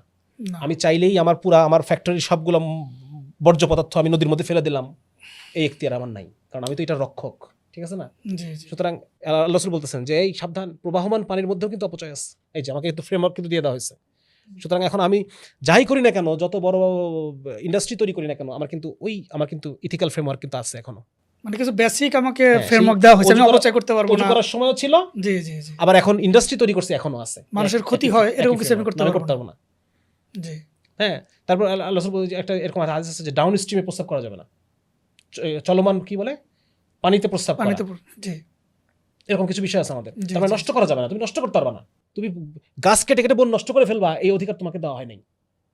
তুমি পানি নষ্ট করবা, সমুদ্র নষ্ট করবা, পানি নষ্ট করবা, প্লাস্টিক ফেলে ফেলে সমুদ্র নষ্ট করবা, অন্য প্রাণীর জীবনকে তুমি বিপর্যস্ত করে ফেলবা, প্রাণীর পর প্রাণী, শত শত প্রাণী প্রতি বছর বিলুপ্ত হয়ে যাবে, এটা তুমি করতে পারবে না। এটা করতে তোমাকে তো তোমাকে খলিফা হিসেবে পাঠাইছি, তোমাকে তো জালেম হিসেবে পাঠাই নাই। এগুলো দেখভাল করার জন্য পাঠানো হ্যাঁ, হয়েছে। তাহলে এটা পয়েন্ট নাম্বার 2। 3 নাম্বার পয়েন্ট হচ্ছে যে এই যে ভারসাম্যপূর্ণ ব্যবস্থা, এটাকে তোমার মেনটেন করতে হবে, টিকায় রাখতে হবে, ইনসাফ। আর যদি তুমি এই ভারসাম্যকে নষ্ট করো, এটা জুলুম, তুমি জালেম। সব কিছুর ক্ষেত্রে, নিজের থেকে শুরু করে নিয়ে পরিবেশ পর্যন্ত সবখানেই এই যে ব্যালেন্স, এটাকে যদি আমি টিকা রাখতে পারি তাহলে আমি ইনসাফকারী, আর যদি আমি এই ব্যালেন্সটাকে নষ্ট করি তাহলে আমি জালেম। এই যে সিম্পল, এটা হচ্ছে সিম্পল ফ্রেমওয়ার্কের কথা বললাম। এবং এইটা আমাকে 4 নম্বর পয়েন্ট হচ্ছে আমাকে ফ্রি উইল দেওয়া হয়েছে। আমি চাইলে জালেমও হতে পারি, চাইলে ইনসাফকারী হতে পারি। তাহলে কয়টা পয়েন্ট বললাম? 1 নম্বর হচ্ছে আল্লাহ রাব্বুল আলামিন, তাওহীদ, আল্লাহ সৃষ্টি করছেন সব কিছু। 2 নম্বর হচ্ছে ট্রাস্টিশিপ, যে আল্লাহ আমাকে আমানত হিসেবে এই সব কিছু দিচ্ছেন, আমি আল্লাহর খলিফা হিসেবে আমানতদার। জি। এবং 3 নম্বর হচ্ছে যে এই আমানত আমার রেসপন্সিবিলিটি হচ্ছে এই সব কিছুর ভারসাম্যটাকে বজায় রাখা, নিউসেন্স তৈরি না করা, ইনসাফ ইনসাফ বজায় রাখা এবং কোনো কিছুকে নষ্ট না করা, এবং জুলুম না এবং করা। আমাকে ফ্রি উইল দেওয়া হয়েছে। 4 নম্বর হচ্ছে আমাকে ফ্রি উইল দেওয়া হয়েছে, আমি চাইলে হয় জালেমও হতে পারি অথবা চাইলে আমি ইনসাফগারও হতে পারি। দুটার একটা আমি বেছে নিতে হবে আমাকে, এবং যেটা আমি বেছে নিছি এটার জবাব দিয়ে আমাকে হাসরের মধ্যে মাটি করতে করতে হবে। হবে। এই যে 4-5টা কথায় আমি টোটাল ফ্রেমওয়ার্কটা উপস্থাপন করলাম। এটা শুধুমাত্র বাথরুমের দরজা আটকায় আমি কি করতেছি সেখানেও এই ফ্রেমওয়ার্ক কাজ করবে। আবার আমি একটা বিশাল বড় ইন্ডাস্ট্রি, $multi-million ইন্ডাস্ট্রির মালিক, বিগ ফার্মার মালিক, সেখানে ওই একই ইথিক্যাল মডেল কাজ করবে। এখন যারা গবেষকরা তারা বলতেছেন কেউ যে বর্তমান যে সেকুলার সিস্টেম, এই সেকুলার সিস্টেম কোনো এথিক্যাল ফ্রেমওয়ার্ক দিতে ব্যর্থ, তারা কোনো এথিক্যাল ফ্রেমওয়ার্ক দিতে পারে নাই, যার পরিণতি আজকে চুকাইতে হচ্ছে। মানে শত শত প্রতি বছর 100 প্রাণী পৃথিবী থেকে বিলুপ্ত হয়ে যায়। ঠিক আছে না? জি। কত নদী নষ্ট হয়েছে, সমুদ্র নষ্ট হচ্ছে প্লাস্টিক ফেলে ফেলে।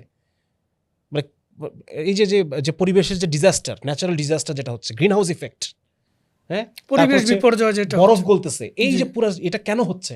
এটা কারণ হচ্ছে এই সেকুলার ওয়ার্ল্ড, ইউরোপের যে সেই এনলাইটেনমেন্ট, রেনেসা হয়ে যে তাদের যে সর্বোচ্চ আবিষ্কার সেকুলারিজম, এই সেকুলার ওয়ার্ল্ড আমাদেরকে কোনো ইথিক্যাল ফ্রেমওয়ার্ক দিতে পারে নাই, যেটা এই পরিবেশ বিপর্যয়কে রোধ করবে। সবখানেই এমন কোনো রাষ্ট্র কল্প দিতে পারে নাই যারা এই ড্রাগ মাফিয়াদেরকে আটকাবে, জি ঠিক আছে না?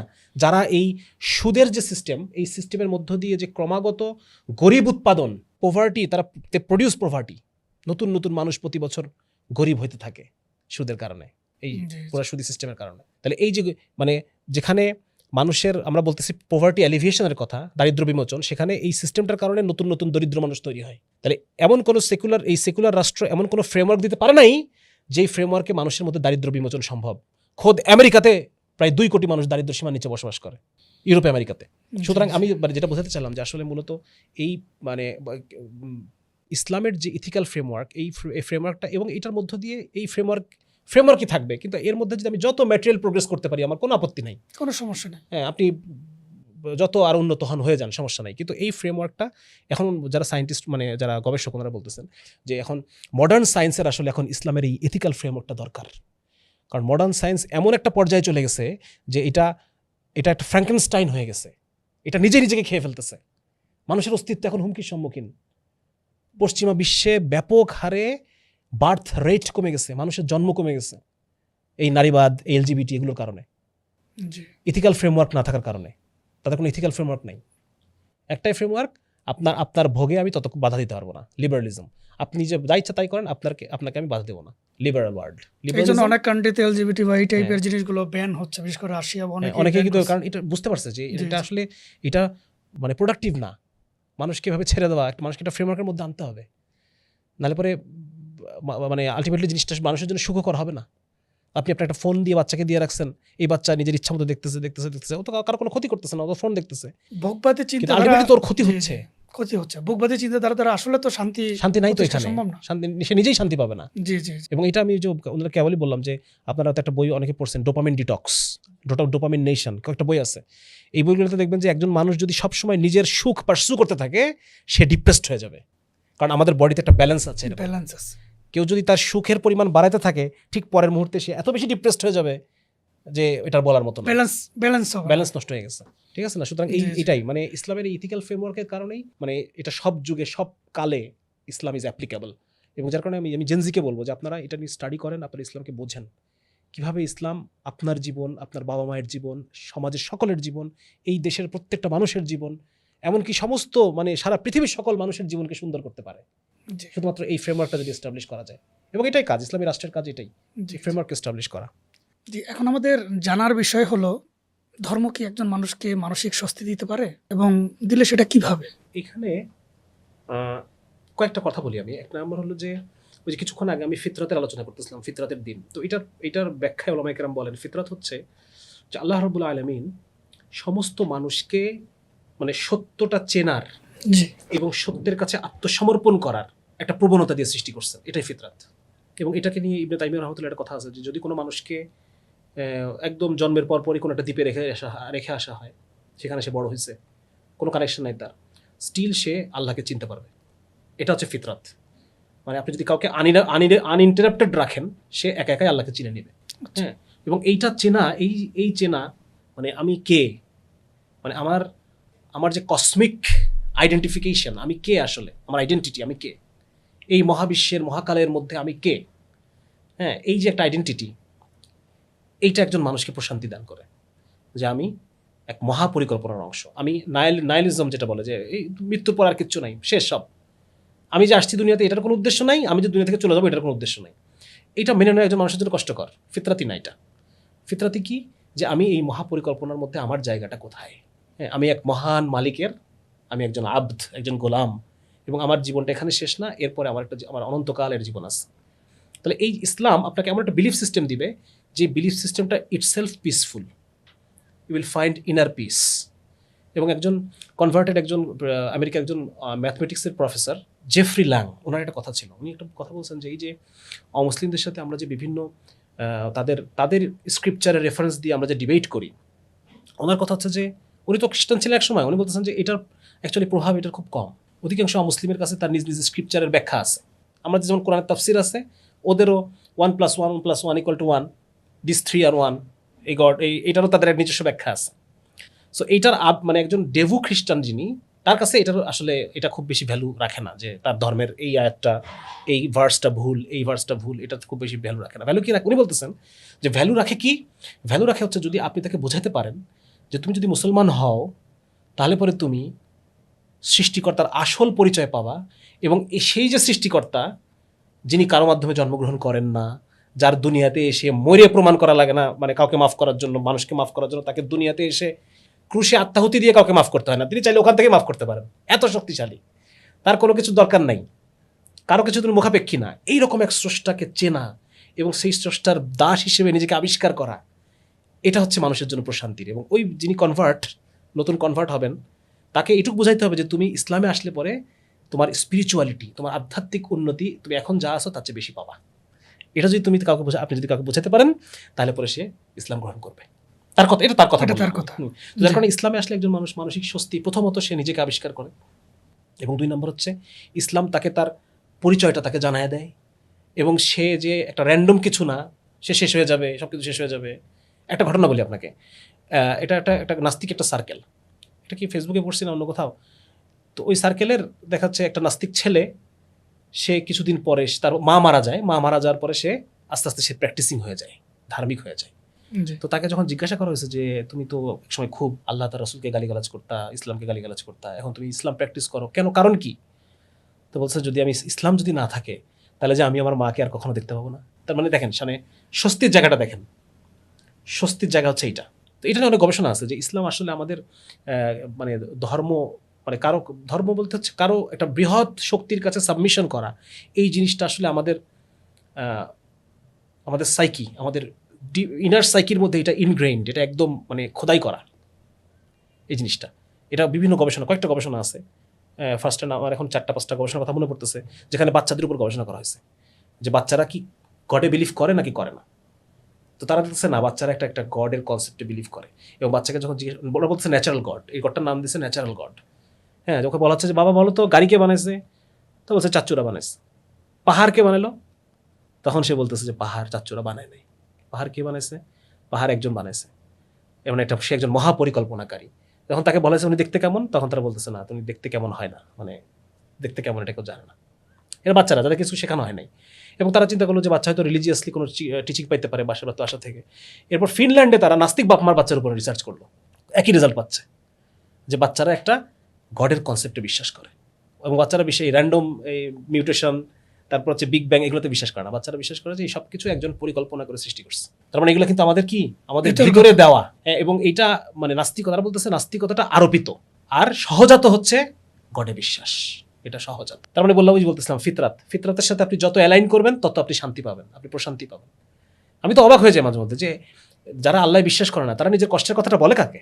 হ্যাঁ, এই সারাদিনের যে কষ্ট, সারাদিনের যে জ্বালা যন্ত্রণা, তিটকুটে ভাব, নিকটাত্মীয়র মৃত্যু, এগুলো তারা সামলায় কিভাবে যদি আল্লাহর কনসেপ্টে তারা বিশ্বাস না করে? 1 নম্বর। 2 নম্বর হচ্ছে ইসলাম আমাদেরকে কিছু বিলিফ সিস্টেম দেয়, যেমন হচ্ছে তকদিরে বিশ্বাস।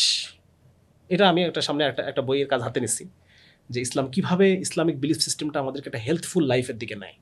হ্যাঁ, যদি কোষ্টি পাথর বইটাকে উপরে থাকে তাহলে আন্দাজ করতে পারবে যে এইভাবে লিখবো ইনশাআল্লাহ, তৌফিক দিলে। তো এখানে আমি দেখানোর চেষ্টা করছি যে মূলত যে এখন তাকদির এই কনসেপ্টটা, এখনকার বিজ্ঞানীরা বলতেছে যে লেট গো মেন্টালিটি মানুষকে কিভাবে হাইপারটেনশন, ডায়াবেটিস, বিভিন্ন স্ট্রোক, এগুলো থেকে কিভাবে বাঁচাচ্ছে। লেট ইট গো, যা হয়েছে বাদ দাও না। দেখেন তকদির কিন্তু আমাদের এটাই শেখায়, তাই না? যেটা হয়ে গেছে এগুলো লেখাই ছিল, তুমি চাইলেই পারতা না এটা চেঞ্জ করতে। কত সুন্দর একটা কনসেপ্ট, এটা মানুষকে স্বস্তি দান করে। 2 নম্বর হচ্ছে রিজিকের কনসেপ্ট। রিজিকের কনসেপ্টটা আপনাকে ভবিষ্যৎ স্ট্রেস থেকে রক্ষা করবে, ভবিষ্যৎ স্ট্রেস। আর তকদিরের কনসেপ্ট আপনাকে অতীতের স্ট্রেস থেকে রক্ষা করবে, তাই না? এই যে দেখেন জিনিসগুলো। তারপর যেমন শুকরিয়া, সবসময় গ্রেটফুলনেস, প্রচুর রিসার্চ পেপার আছে এটা নিয়ে, কিভাবে গ্রেটফুলনেস মানুষকে সুস্থ রাখে, সুস্থ চিন্তার দিকে নেয়।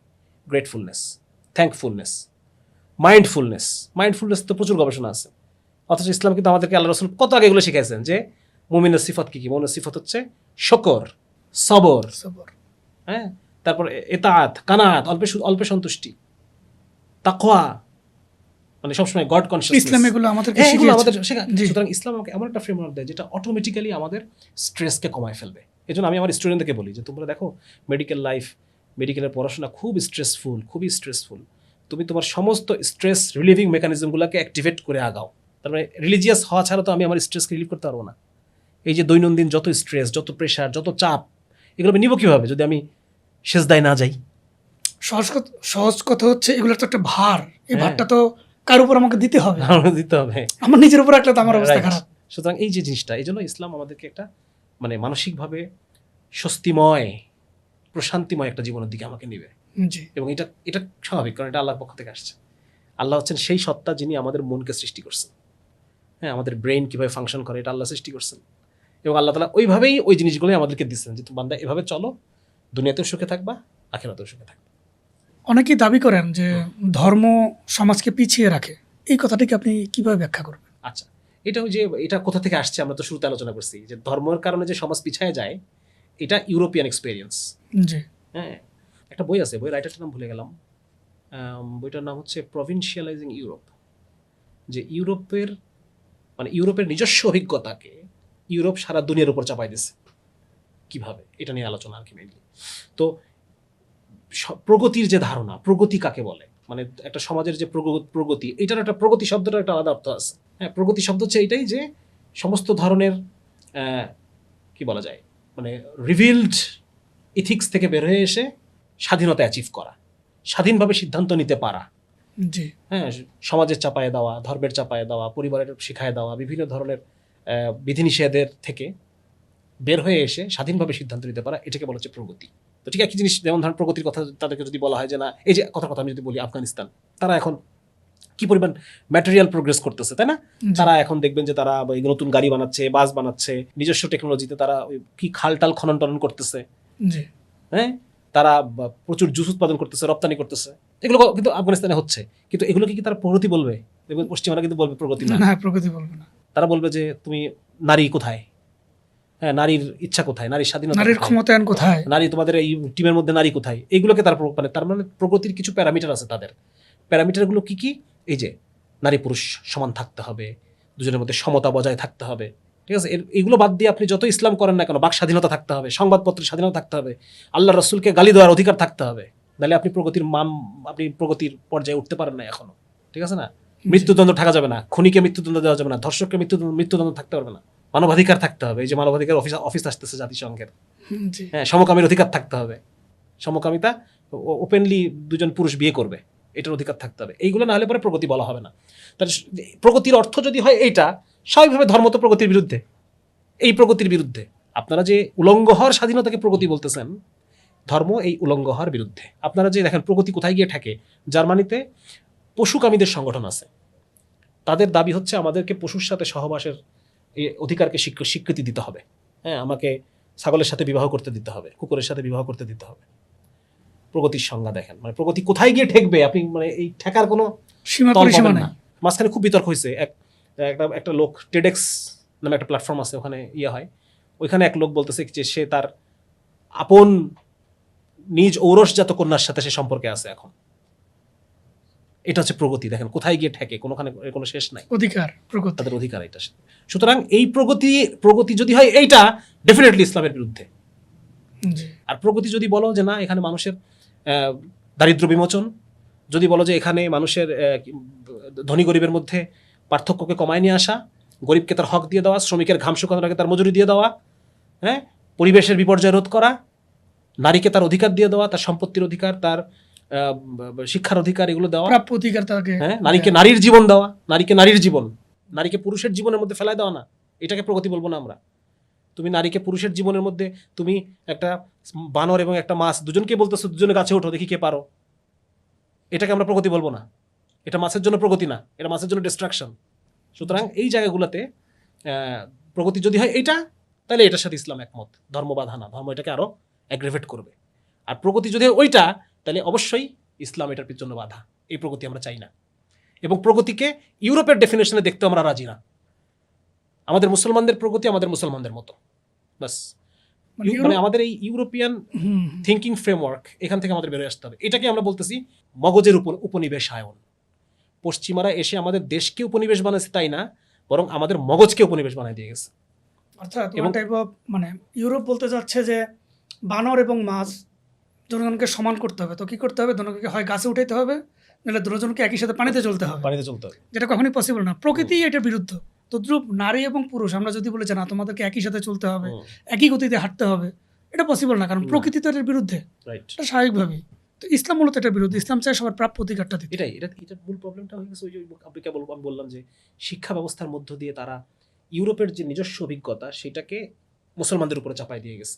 জি, তো এর ফলে যেটা হয়েছে যে ওই যে এটা তো 1835 সালে যিনি শিক্ষা ব্যবস্থাটা যার হাতে তৈরি, লর্ড ব্যাবিংটন ম্যাকলে, ওনার একটা কথা আছে যে আমরা এই শিক্ষা ব্যবস্থার মধ্যে দিয়ে কি করতে চাই, ভারতীয়দেরকে এডুকেট করতে চাই? নো, ভারতীয়দেরকে কি আমরা জ্ঞানে বিজ্ঞানে আগায় দিতে চাই? না, বলতেছে যে এই শিক্ষা ব্যবস্থার মধ্যে দিয়ে আমরা এমন একটা শ্রেণী তৈরি করতে চাই যারা ভারতীয়, এই যে যারা নেটিভ পপুলেশন এবং আমরা যারা ব্রিটিশ, আমাদের মাঝখানে সংযোগ হিসেবে কাজ করবে, এই শিক্ষা ব্যবস্থার উদ্দেশ্য। হ্যাঁ, এবং তারা তারা কি করবে, তারা গায়ে গায়ে হবে ভারতীয়, গায়ের চামড়ায়, কিন্তু চামড়ায় এবং রক্তে ভারতীয়, কিন্তু মগজে তারা হবে ব্রিটিশ। তাহলে এই শিক্ষা ব্যবস্থার মধ্য দিয়ে তো এই পপুলেশনটাই তৈরি হয়েছে। আজকে আমরা যারা জেনারেল শিক্ষা থেকে উঠে আসছি, এটা কোন শিক্ষা? এই শিক্ষা। জি, এবং এই শিক্ষায় আমাদেরকে ব্রেনকে কলোনাইজ করা হয়েছে। আমাদের ব্রেনের, এটাকে আমরা বারবার বলতেছি যে মস্তিষ্কে উপনিবেশায়ন, মস্তিষ্কের এই উপনিবেশ। ওরা দেশ ছেড়ে চলে গেছে, দেশ ব্রিটিশ মুক্ত, কিন্তু মগজ এখনো ব্রিটিশ মুক্ত হয় নাই। এই মগজকে ব্রিটিশ মুক্ত করতে হবে, তাহলে পরে আমাদের উন্নতি সম্ভব, এছাড়া উন্নতি সম্ভব না। এটা সুন্দর একটা আপনি পয়েন্ট বলেছেন যে মগজ ধোলাই বা মগজের উপনিবেশকরণ, যেটা মানে আশ্চর্যের সাথে যেটা খেয়াল করতে হয়, এক সময় যে জিনিসটা ছিল ব্রিটিশদের অত্যাচারের মাধ্যম, সেই জিনিসটা আজকে আমাদের কাছে পরম পূজনীয় একটা বিষয় হয়ে দাঁড়াচ্ছে। যেমন ক্ষুদ্র ঋণের ব্যাপারটা যদি আমরা বলি, ব্রিটিশ আমলে আমরা এটা কোথায় পাই? দাদন সিস্টেম। মূলত এটা ব্রিটিশ আমাদের দেশে আনে। সেই সময় তারা আফিম চাষ করতো, এবং এই আফিম চাষের কারণে চীনের সাথে ব্রিটিশদের 2 বার যুদ্ধ হয়েছে, এবং ভারতীয় উপমহাদেশে আফিম চাষের কারণে তারা প্রচুর পরিমাণে লাভবান হয়েছে, এবং কৃষকদেরকে তারা ক্ষুদ্র ঋণ দিত ওই সময়। এই ক্ষুদ্র ঋণ এখন আমাদের তাদের প্রবর্তিত শিক্ষা ব্যবস্থার কারণে আজকে আমাদের কাছে অনেক বিশাল একটা ব্যাপার, বড় কিছু, আমরা অনেক কিছু মনে করছি। জি, এটাই আসলে যে আমাদের মস্তিষ্ক নিয়ে তারা এইভাবেই খেলছে, আমরা বুঝতে পারছি না। এই জন্য আমি কথা বলি যে ডিকলোনাইজেশন অফ ব্রেন, এটা করতে হবে আমাদের আগে। হ্যাঁ, নাহলে পরে আমরা ইসলামকে বিজয়ী করতে পারবো না। আমাদের ছেলেদের সন্তানদের মগজ থেকে আগে ব্রিটিশ তাড়াইতে হবে। ব্রিটিশ খেদাও আন্দোলন, ব্রিটিশ খেদাও, মগজ থেকে ব্রিটিশ খেদাও। মানে অরিজিনাল তো গেছে, কিন্তু আমাদের মগজ থেকে যায় নাই। এই জন্য দেখেন না, সবাই একটু ওইসব দেশে গিয়ে জীবন কাটানো, এটাকে আমরা খুব আরাধ্য মনে করি, একটা পরম পাওয়া। অথচ ওই যে বলে লাশটা আজও তার খুনিকে ভালোবাসে, তাই না? আমাদেরকে ফকির বানাই দিয়ে গেছে কিন্তু ওরা। কিন্তু আমি এখন ওদেরকে ভালোবাসি, ওদের মতো হইতে চাই, ওদের দেশে যাইতে চাই, এই যে বিষয়গুলো আর কি। এখন আমাদের জানার বিষয় হচ্ছে যে পশ্চিমা যে অনুকরণ, এর থেকে ইসলামী চিন্তাটা কেন আধুনিক, এটার ব্যাখ্যা কিভাবে করবেন আপনি? এটা আধুনিক এই কারণে আমি মনে করি যে ইউরোপ যে সিস্টেমটা আমাদেরকে দিছে, এটা নিয়ে প্রচুর সমালোচনা। এই যে এনলাইটেনমেন্ট ফিলোসফি, এটার প্রচুর সমালোচনা আছে, মডার্নিটির বিভিন্ন ক্রিটিক আছে। এমনকি যে বললাম যে ওয়াইল হাল্লাক, যিনি ওনারও বই আছে একটা মডার্নিটির উপরে, যে আধুনিক চিন্তা চেতনা বলতে ইউরোপ যেগুলোকে বোঝায়। অনেকে আধুনিকতা বলতে মনে করে যে এই যে টেকনোলজি এগুলো মনে হয় আধুনিকতা। না, এই টেকনোলজির সাথে ইসলাম এটাকে নিষেধ করে নেই, কিন্তু এইটার মানে আধুনিকতার মধ্যে যে এই ফিলোসফিক্যাল যে এলিমেন্টগুলো আছে, হ্যাঁ, যেগুলো মানুষের মানে মনস্তাত্ত্বিক যে বিষয়গুলো আছে, এইগুলো হচ্ছে ইসলামের সাথে সাংঘর্ষিক। সুতরাং মডার্নিটি বা আধুনিকতাকে ডিনাই করা মানে যে আমরা কথার কথা, আগেকার মানুষ জঙ্গলে বাথরুম করতো, এখনকার মানুষ আমরা অ্যাটাচড বাথরুম করি। তো অনেকে আবার বলে যে তোমরা ডিকলোনাইজেশন করতে চাও, তাহলে আবার জঙ্গলে ফিরে যাও। কিন্তু এই টেকনোলজির সাথে তো ইসলামের কোনো সাংঘর্ষিকতা নাই। জি, সাংঘর্ষিকতা হচ্ছে আইডিওলজির সাথে। সুতরাং এইখানে ইসলাম সুপিরিয়র কেন আমরা বলতে চাচ্ছি? সুপিরিয়র, 1 নম্বর সুপিরিয়র আল্লাহর পক্ষ থেকে আসছে, 1 নম্বর কথা, যে এটা আল্লাহর পক্ষ থেকে আসছে। এখন এটা নিয়ে আলোচনা হতে পারে ঘন্টার পর ঘন্টা, যে এটা কি আসলে গডস মেসেজ নাকি অন্য কিছু, এটা নিয়ে আমরা ভিন্ন আলোচনা। এটা 2 নম্বর হচ্ছে, যেহেতু এটা আল্লাহর পক্ষ থেকে আসছে, সুতরাং এটা আমরা আব্দ হিসেবে, মানুষ হিসেবে আমরা মেনে চলতে বাধ্য, আমরা এটা মেনে চলবো, 1 নম্বর। অতএব এটা সুপিরিয়র। এবং নবীজির একটা কথা, একটা হাদিসও আছে যে এই দিনকে আল্লাহ তাআলা পাঠিয়েছেন যাতে করে এই দিন অন্যান্য সমস্ত দিনের উপরে বিজয়ী হয়, ইসলাম বিজয়ী হবে এক সময়। আর যদি আমি যুক্তির কথা বলি যে কেন ইসলাম, কারণ হচ্ছে বর্তমান সভ্যতা, এই সভ্যতা কি কি প্রবলেম ক্রিয়েট করছে, আমি একটু বলতে চাই আপনাকে যে এই সভ্যতার কি কি সমস্যাগুলো কি কি। 1 নম্বর হচ্ছে এই সভ্যতা সেকুলার সভ্যতা, যেটা এইটা ধনী এবং গরিবের মধ্যে ব্যাপক বৈষম্য তৈরি করছে। সারা পৃথিবীর অর্ধেক সম্পদ 1% মানুষের হাতে, সারা পৃথিবীর অর্ধেক সম্পদ 1% মানুষের হাতে, এবং সারা পৃথিবীর বাকি অর্ধেক সম্পদ 99% মানুষের হাতে। এই যে বিশাল এক ওয়েলথ গ্যাপ হয়ে গেছে। এবং সারা পৃথিবীর যত ভোগ্য পণ্য তার 80% কনজিউম করে পশ্চিম ইউরোপ এবং আমেরিকার লোকেরা। 80% সেবা এবং পণ্য কনজিউম করে ওরা। দেখেন কত গ্যাপ। আর আফ্রিকাতে মানুষ না খেয়ে মারা যায়, ইয়েমেনে না খেয়ে মারা যায়, আফ্রিকার বিভিন্ন বিস্তীর্ণ অঞ্চলে যে মানুষ না খেয়ে মারা যায়। তো এই যে একটা বিশাল এক ওয়েলথ গ্যাপ আছে। এই যে এটা এটা এটা আধুনিক সভ্যতার একটা, এই সেকুলার সভ্যতার একটা প্রবলেম। এই প্রবলেম সলভ করতে পারে কে? ইসলাম। ইসলামের যে যাকাত ব্যবস্থা আছে, এই ব্যবস্থাটাকে, এই ব্যবস্থার মধ্য দিয়ে এই প্রবলেম সলভ করা যাবে। আফ্রিকাতে এত যে আমরা দেখি খনিজ সম্পদ, হীরা থেকে শুরু করে অনেক সব নিয়ে চলে যাচ্ছে তারা। ওরা তো নেওয়ার কথা না। উগান্ডা মুসলিম, সেনেগাল মুসলমান প্রধান দেশ, এই এলাকার যে খনিজ সম্পদ, এটার উপর একটা আছে, খনিজ সম্পদের উপর কিন্তু এক ধরনের জাকাত আছে। হ্যাঁ, একটা আমার এই মুহূর্তে মনে পড়তেছে না ওইটা। তো এটা তো আসলে মুসলমানের হক, এটা তো নিয়ে যাচ্ছে কাফেররা, উপরে মানে কলোনাইজাররা নিয়ে চলে যাচ্ছে। তো সুতরাং এই দেখেন মানে একটা ওয়েলথ গ্যাপ সারা পৃথিবী জুড়ে, এটা ঠিক করতে পারে একমাত্র ইসলামের যে জাকাত সিস্টেমটা আছে, এই সিস্টেম ঠিক করবে। এটা আমার কথা না, এটা নেগেটিভ ট্যাক্সের উপরে প্রচুর গবেষণা হয়েছে আমেরিকাতে। নেগেটিভ ট্যাক্স, নির্দিষ্ট আয়সীমার নিচের মানুষকে রাষ্ট্র নিজেই একটা ট্যাক্স দিবে। এটা নিয়ে বেশ কিছু গবেষণা হয়েছে এবং পজিটিভ রেজাল্ট আছে, কিছু নেগেটিভ রেজাল্টও আছে, কারণ ওরা জিনিসটাকে জাকাতের সাথে কিছু পার্থক্য আছে, যার কারণে নেগেটিভ রেজাল্টগুলো আসছে। জাকাত সিস্টেম হলে পরে এইগুলো ঠিক হয়ে যেত। 2 নম্বর হচ্ছে এই যে সারা পৃথিবীতে যে পরিবেশ বিপর্যয়, এই পরিবেশ বিপর্যয় থেকে কে বাঁচাতে পারবে? এই যে ইসলামের যে ইথিক্যাল ফ্রেমওয়ার্ক আমরা কিছুক্ষণ আগে আলোচনা করলাম, এইটা যদি এস্টাবলিশ করা যেত, এটা বাঁচানো যেত। 3 নম্বর হচ্ছে এই যে এই একই পরিবেশ বিপর্যয়, কারণ অনেক বহু প্রজাতির প্রাণী মারা যাচ্ছে। তারপর হচ্ছে এই যে পশ্চিমা যে বিশ্ব ব্যবস্থা, গত 100 বছরে 17 থেকে 25 কোটি মানুষ মারা গেছে এই গত 100 বছরে। তাই পশ্চিমা বিশ্ব যে এত মানবতার কথা বলে, এত ইসের কথা বলে, তারা নিজেদেরকে সুপিরিয়রকে হোয়াইট সুপ্রিমেসি, সুপ্রিম সভ্যতা বলে তারা নিজেদেরকে দাবি করে। তাহলে এই 25 কোটি লোক কেন তোমরা হত্যা করলা? বুঝাও আমাকে। সুতরাং এই জায়গায় ইসলাম একটা ভিন্ন ব্যবস্থাপনার কথা বলে, একটা ভিন্ন চিন্তাভাবনার কথা বলে, ভিন্ন একটা মেকানিজমের কথা বলে।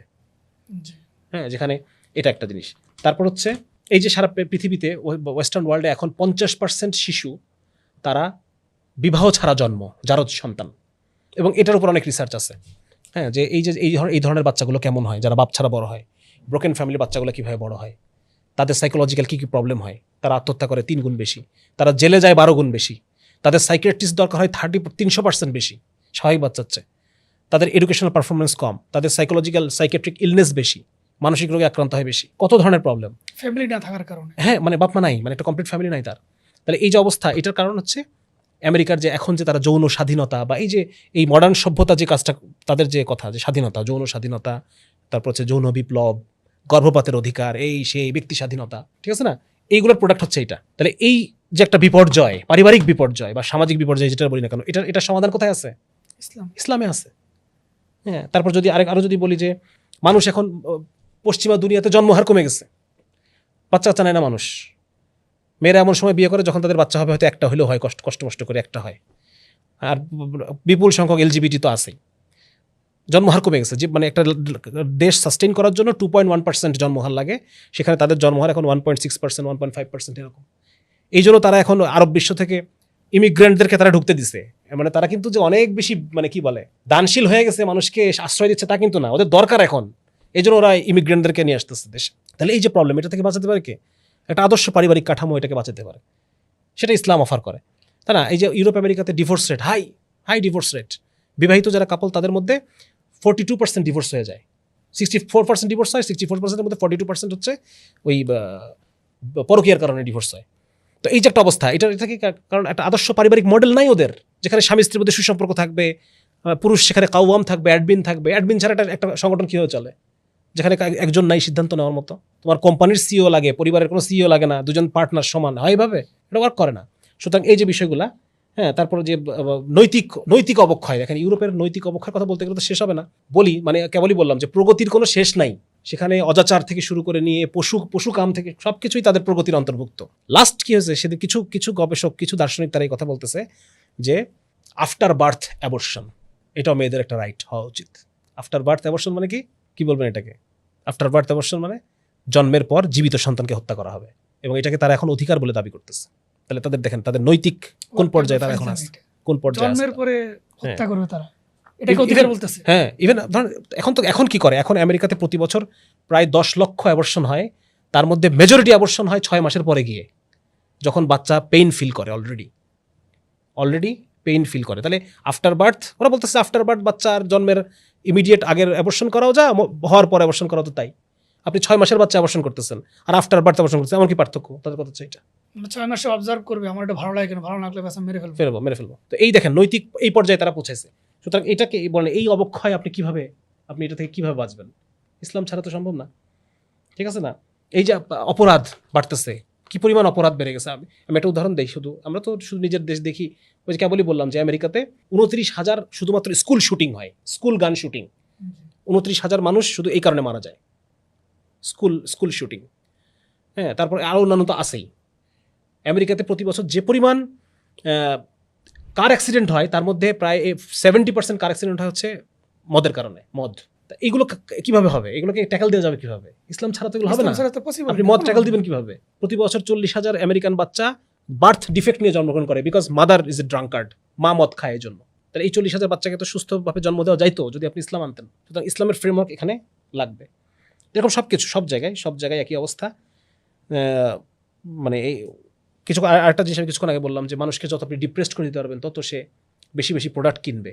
তাহলে এই যে একই সাথে অসুস্থ করা এবং ওষুধ দুটাকেই মার্কেটে সাপ্লাই দেওয়া, অসুখও হবে, তুমি আমার কাছ থেকে অসুখও কিনবা, ওষুধও কিনবা, বিজনেস। তাহলে এই দেখেন, এই বিজনেস থেকে মানুষকে কে বাঁচাবে? মানুষের জীবন তো আর মানুষের জীবন নাই। আমার আপনার জীবন গিনিপিগের জীবন, তারা আমার সাথে গিনিপিগের মতো আচরণ করতেছে। মানুষ প্রোডাক্ট হয়ে গেছে। তাহলে এই মানুষকে গিনিপিগের জীবন থেকে মানুষের জীবনে আনতে পারবে কে? একমাত্র ইসলাম ছাড়া আর কেউ পারবে না। একটা মানুষকে গিনিপিগের জীবন থেকে মানুষের জীবন দেওয়া, এইটা তো ইসলাম ছাড়া আমি তার কিছু দেখি না চোখে, আর কেউ দিতে পারবে না। এই জন্য তো কোরআনে আল্লাহ তাআলা একটা আয়াত বলছেন যে যারা আমার আয়াত সমূহকে অস্বীকার করে তাদের জীবন হচ্ছে উলাইকা কাল আনাম, চতুষ্পদ জন্তুর জীবন, বালহুম আদল, এর চাইতেও খারাপ। ঠিক তাই, আমরা যারা ইসলামকে মেনে চলতেছে তারা এগুলো থেকে বেঁচে থাকবে, গিনিপিগ হওয়া থেকে বেঁচে থাকবে। আর যে ইসলামকে মানবে না, সে ওই গিনিপিগ হিসেবে জীবনযাপন করবে। তাকে অসুখও তাকে দিবে, তাকে ওষুধও দিবে। আমরা ওই আমাদের গবেষণায় ইঁদুরের উপর কিন্তু এই কাজই করি। ইঁদুরের মধ্যে ফার্স্টে আমরা ডিজিজ প্রডিউস করি, এরপর ওইটা আমরা ওষুধ দিয়ে দেখি যে ওষুধটা কাজ করতেছে কিনা বডিতে। ওরা একই কাজ করে আমাদের উপরে। তো এরকম একটা দুনিয়াতে আমরা সন্তানদেরকে রেখে যাচ্ছি। হ্যাঁ, যদি আপনি সন্তানের মধ্যে ইসলাম দিতে না পারেন, ইসলামের টিকা দিতে না পারেন, তাহলে আপনার সন্তানও গিনিপিগ হয়ে যাবে একসময়। এখন আপনার থেকে আমার আরেকটা বিষয় জানার আগ্রহ, সেটা হচ্ছে ইসলামের আলোকে আধুনিক পৃথিবীতে মানুষ সবচেয়ে বেশি কি হারিয়ে ফেলেছে বলে আপনার মনে হয়? এই যে কেবলই বললাম, এটা দেশ ধরে নেওয়া যায়। ইসলাম না থাকার কারণে একটা গুরুত্বপূর্ণ বই আছে, মুসলমানদের পতনে বিশ্ব কি হারালো, আবুল হাসান আবুল হাসান আল-নাদভী রাহিমাহুল্লাহ লেখা। এটা গুরুত্বপূর্ণ একটা বই, এটা সবার পড়া উচিত। আর আমি যেটা অনুধাবন করি সেটা হচ্ছে ইসলাম না থাকার কারণে মানুষ তার মানুষের মর্যাদা হারায় ফেলছে। মানুষ এখন স্রেফ কিছু সংখ্যা।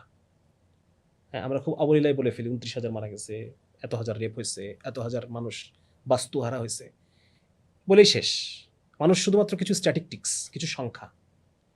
কিন্তু মানুষের যে একটা মানুষের জীবন, মানুষের সুখ দুঃখ, হাসি কান্না, এটার সমন্বয়ে যে একটা মানুষ, এই মানুষটা আমরা হারাই গেছি। আমরা এই মানুষের আর কোনো দাম নাই।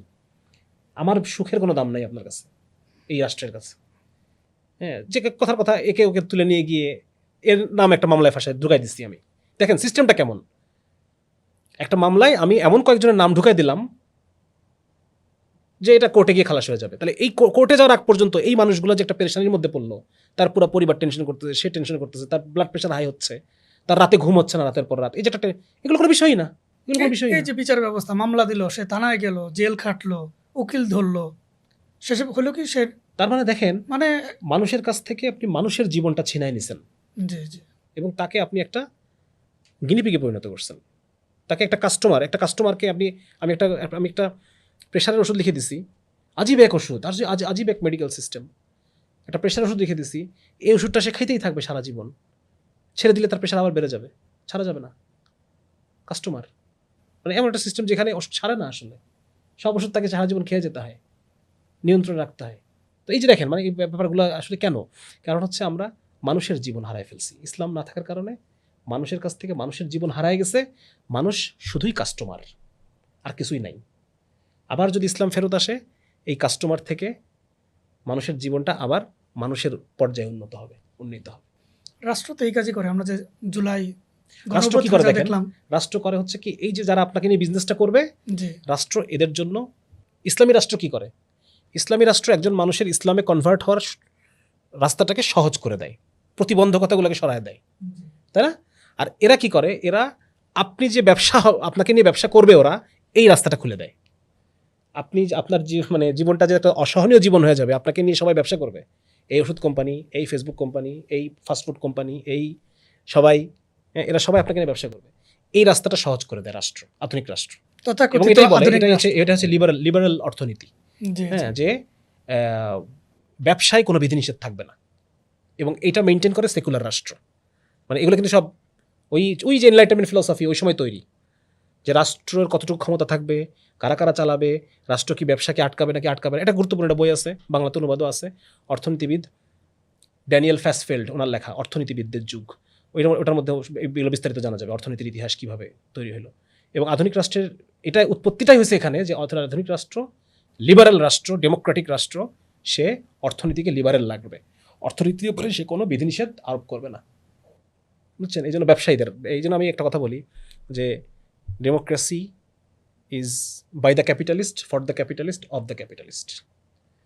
এটা ওদেরই তৈরি, ওদেরই সরকার, ওদেরই কার্যক্রম যেন আসানির সাথে তারা করতে পারে, সুবিধাজনকভাবে করতে পারে, সেই ব্যবস্থাটা তারা করে দেওয়া এদের কাজ। আর ফ্যাসিস্ট আমলে তো আমরা সেম জিনিসই দেখলাম, ব্যবসায়ীরা সরকার চালাচ্ছিল, হ্যাঁ, এখন ইন্টারিম গভর্নমেন্ট, ওরা ওদের মতো কাজ করছে কিন্তু কেউ কিছু বলতে পারছে না। ইন্টারিম গভর্নমেন্ট যদি কথা বলি, এটাও ব্যবসায়ীদের সরকার, থ্রু এনজিওর যারা ফান্ডিং করে তারা এখান থেকে ফায়দা উঠাবে। আলটিমেটলি সব ব্যবসায়ীদের। বর্তমান যে বিশ্ব ব্যবস্থা দেখি আমরা, সভ্যতাই পুরোটাই ব্যবসায়ীদের হাতে তৈরি, ব্যবসায়ী দার্শনিক সবাই, যে ব্যবসায়ী দার্শনিক যারা ছিল তারাই ফিলোসফিগুলো দিয়ে গেছে। এই তো জাতিসংঘ মানবাধিকার কমিশন, তাদের যে ফান্ডিং করে যারা, হ্যাঁ, জর্জ সরোজের মতো ব্যক্তিরা, হ্যাঁ, তারাই তো এর থেকে ফায়দা নেবে, ফায়দা ওরাই নেবে। সুতরাং আলটিমেটলি কিন্তু গোড়ায় সব ব্যবসায়ীরা বসে আছে, গোড়ায়। জি। হ্যাঁ, সেটা আপনি রাষ্ট্র বলেন তার গোড়ায়, কালচার বলেন, জ্ঞান বিজ্ঞান বলেন, সব কিছুর গোড়ায় কিছু ব্যবসায়ী বসে আছে। এবং এই ব্যবসায়ীরাই আমার জীবনটাকে গিনিপিগ বানায় ফেলছে। ইসলাম না থাকার কারণে এই ব্যবসায়ীদের এই দৌরাত্ম আমাদেরকে সহ্য করতে হচ্ছে, এবং এদেরকে কেউ কন্ট্রোল করার ক্ষমতা রাখে না, এই কারণ বাজারের যে সিন্ডিকেট, এটাকে কেউ কন্ট্রোল করার ক্ষমতা রাখে? পরবর্তীতে যে ক্ষমতায় আসবে, সেও এই সিন্ডিকেটকে খুশি করেই ক্ষমতায় আসতে হবে তাকে, এবং আসার পর এই সিন্ডিকেটকে সুযোগ দিতে হবে, খুশি রাখতে হবে, আদারওয়াইজ আমি থাকতে পারবো না। তো এটাই আর কি, এগুলো আজকে মানুষ বোঝে না, আমরা মনে করি যে সবকিছু মনে হয় খুব সৎভাবে চলে, আসলে সবকিছু মানুষ এগুলোকে স্বাভাবিক ধরে নিয়েছে, ঘুষ দেবো, সুদ খাবো, এরকম চাঁদাবাজি চলবে। মানে ইসলাম আসলে আমার যেটা পরিবর্তন, এটা মানুষ নিতে পারতেছে না। মানুষের কাছে এই ব্যবসায়ী গ্রুপ ইসলামকে এত কঠিন ভাবে উপস্থাপন করছে, তাই আবার হয় নাকি? মানুষ ভাবতেছে তাই আবার হয় নাকি? মানুষ বুঝতেছে না যে এই জায়গা থেকে তার মুক্তি সম্ভব, এটা আমাদের বুঝাইতে হবে। আসলে এটা হচ্ছে আপনি বলেন মুক্তি সম্ভব, ব্রেন কনলায় তারা দখল করে নিয়েছে আমার চিন্তা ভাবনা, ওই জায়গা থেকে আমাদের ফিরে আসতে হবে, মানুষকে বুঝাতে হবে, এটা খুব জরুরি। সর্বশেষ আমি আপনার কাছে জানতে চাইবো, আপনি যদি শ্রোতাদের এক কথায় বোঝাতে চান যে ইসলামকে সবকিছুর মধ্যে আনার যুক্তি কিভাবে বোঝাবেন, যে সবকিছুকে ইসলামের ভিতরে আনবো, এটা এক কথায় অল্প কথা কিভাবে বোঝাবেন? আচ্ছা, অল্প কথায় যদি বলতে চাই যে ইসলাম হচ্ছে মানুষ, আমরা সবকিছু দেখি না, ঈগল পাখি আমার চেয়ে বেশি দেখে, আমি সবকিছু ঘ্রাণ নিতে পারি না, কুকুর আমার চেয়ে বেশি ঘ্রাণ নেয়, আমি সবকিছু শুনি না, অন্যান্য অনেক প্রাণী আছে, গরু টরু ছাগল টাগল আমার চেয়ে অনেক বেশি শব্দ শুনে, সুতরাং বাদুর, সুতরাং আমি সবকিছু বুঝি না এই দুনিয়ার। মানুষ সবকিছু বুঝতে পারবে না, জানতে পারবে না। মানুষ তার নিজের স্বল্প টানেল ভিশন দিয়ে যা দেখবে, এর ভিত্তিতে যদি সে সিদ্ধান্ত নেয়, তাহলে এই টানেল ভিশনের বাইরে যা যা কিছু আছে, এইগুলো দ্বারা সে অসুবিধার মধ্যে পড়ে যাবে। আরো অনেক কিছু আছে আমি দেখতে পাচ্ছি না, আমার টানেল ভিশন, যার কারণে মানুষের জ্ঞান বিজ্ঞান, মানুষের চিন্তা চেতনা, মানুষের দর্শনের উপর ভিত্তি করে যে সভ্যতা দাঁড়ায় আছে, এই সভ্যতা জুলুম তৈরি করে, জালেম তৈরি করে। রিক্সাওয়ালা নিজে মজলুম, আবার নিজে জালেম, আপনার কাছ থেকে সে 20 টাকা বেশি নিচ্ছে, সে জালেম হয়ে গেছে, আবার সে পুলিশকে ঘুষ দিতে হচ্ছে, সে মজলুম হয়ে গেছে। এই পুরো বিশ্ব ব্যবস্থা এই জিনিসটা তৈরি করে, এটা জালেম এবং মজলুম দুটো, প্রত্যেক ব্যক্তি জালেম, প্রত্যেক ব্যক্তি মজলুম, এভাবেই আমাদের ব্যবস্থাটা চলতেছে, এটা তৈরি করে সে। এইখানে ইসলাম একমাত্র জীবন ব্যবস্থা যা আমাদেরকে এই কবল থেকে আমাদেরকে উদ্ধার করতে পারে। এই যে অমানুষের জীবন, মানে মানুষের মানবেতর জীবন যাপন করা, কীট পতঙ্গের জীবন, এখান থেকে উদ্ধার করে একমাত্র আমাকে একটা মানুষের রেসপেক্টফুল জীবন আমাকে দিতে পারে ইসলাম, যেটা হবে মানুষের জীবন, হ্যাঁ, যেখানে টেনশন থাকবে না, পেরেশানি থাকবে না, যেখানে অন্তরের মধ্যে প্রশান্তি সুকুন বিরাজ করবে। যেখানে আমি নিশ্চিন্তে ফুরফুরে জীবন। নির্ভয়ে আমি রাস্তায় ঘুরতে পারবো, ব্যবসা হ্যাঁ, বাণিজ্য করতে পারবো, হ্যাঁ, আমার কাজকর্ম করতে পারবো। রাইট। ফুরফুরে জীবন দিবে ইসলাম আমাকে। জি। আমি এটার নাম দিছি মেন্থল জীবন। হ্যাঁ, তার কাছে মনে হবে যে সে প্রতি মুহূর্তে মেন্থলের মধ্যে ডুবে আছে। এই জীবন শুধুমাত্র ইসলামই আমাকে অফার করে এবং ইসলাম আমাকে দিতে পারবে। এই জন্য আমি মনে করি যে সমস্ত জায়গায়, প্রত্যেকটা জায়গায় যেহেতু ইসলাম সব কিছুর সমাধান করে এবং ওই সমাধান করে যেটা আল্লাহ তাআলা দেখেন, যিনি আমার প্রত্যেকটা কোষে প্রতিনিয়ত এক একটা কোষে সম্ভবত 5 কোটি বিক্রিয়া চলতেছে প্রতিনিয়ত, একটা সিঙ্গেল কোষে। হ্যাঁ, তারপরে আমার শরীরে টোটাল কোষ 35 ট্রিলিয়ন কোষ আছে আমার শরীরে। তাহলে কতগুলো বিক্রিয়া চলতেছে এবং এসব কিছু আল্লাহ জানেন, আল্লাহর ইলমের মধ্যে আছে। সুতরাং ওই আল্লাহর পক্ষ থেকে যে ব্যবস্থাটা আসছে ওইটার চেয়ে বেশি, মানে সবচাইতে ভালো ওইটা আমার জন্য। অবশ্যই। ওর চাইতে বেশি কল্যাণ কেউ দিতে পারবে না। সুতরাং এইটাতে আমাকে ফেরত যেতে হবে যদি আমি জুলুম থেকে বাঁচতে চাই। আদারওয়াইজ প্রত্যেকে আমাকে নিয়ে ব্যবসা করার জন্য তৈরি। এখান থেকে একমাত্র আল্লাহ আমাকে নিয়ে ব্যবসা করে না। সুতরাং আমাকে যদি বাঁচতে হয়, আমাকে আল্লাহর, যদি বলি মানে মায়ের স্নেহের সাথে যদি তুলনা করি, আমাকে আল্লাহর যত কাছে আমি চলে যেতে পারবো তত আমি সুখে থাকতে পারবো, শান্তিতে থাকতে পারবো। দুনিয়ার জীবন অবশ্যই। সুন্দর কাটবে আর মৃত্যুর পরের জীবন তো আছেই। জি। এই জন্য আমি মনে করি সমস্ত জায়গায়, রাষ্ট্র থেকে শুরু করে নিয়ে ব্যক্তি জীবন পর্যন্ত সমস্ত জায়গায় ইসলামের যে প্রিন্সিপাল, মূলনীতি, ইসলামের যে ইথিক্যাল মডেল, হ্যাঁ, এবং ইসলামের যে যা কিছু বলার আছে প্রস্তাবনাগুলা, এই প্রস্তাবনাগুলো সমস্ত জায়গায় আসা দরকার। এই নিয়ে রাষ্ট্র নিবে না এখন, কিন্তু আমাদের কথা বলতে হবে। আমাকে ইসলামী রাষ্ট্রের, শরিয়া রাষ্ট্রের কথা বলতে দিতে হবে। আমি বলবো এটা, শরিয়া রাষ্ট্রে আমলাতন্ত্র কেমন হবে, শরিয়া রাষ্ট্রে বিচার ব্যবস্থা কেমন হবে, তা শরিয়া রাষ্ট্রে কারা ব্যবস্থাপনা কেমন হবে, দণ্ডবিধি কেমন হবে, এগুলো নিয়ে কথা আমাকে বলতে দিতে হবে। আমি বলবো, এই অধিকারটুকু আমাকে দিতে হবে। এই অধিকার আপনি জঙ্গি বলে ট্যাগ দিয়ে কেড়ে নেবেন, হ্যাঁ, জঙ্গি মামলার মধ্যে নাম ঢুকাই দিবেন, এটা এই রাষ্ট্রে চলতে পারে না। হাসিনা পরবর্তী এই দ্বিতীয় স্বাধীনতা যে রাষ্ট্রে, এই রাষ্ট্রে এই জিনিস চলবে না। এটার জবাব জনগণ দিবে যদি এটা চলতে থাকে। এবং মানুষের সবার কাছে আমার অনুরোধ থাকবে, আপনারা ইসলামকে শুধুমাত্র কালচারালি না, আপনারা ইসলামকে একটা ওয়ার্ল্ড ভিউ হিসেবে স্টাডি করেন।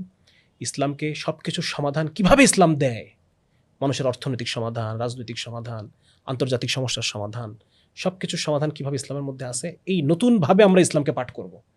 আমরা সবাই নতুন করে ইসলামকে পাঠ করি।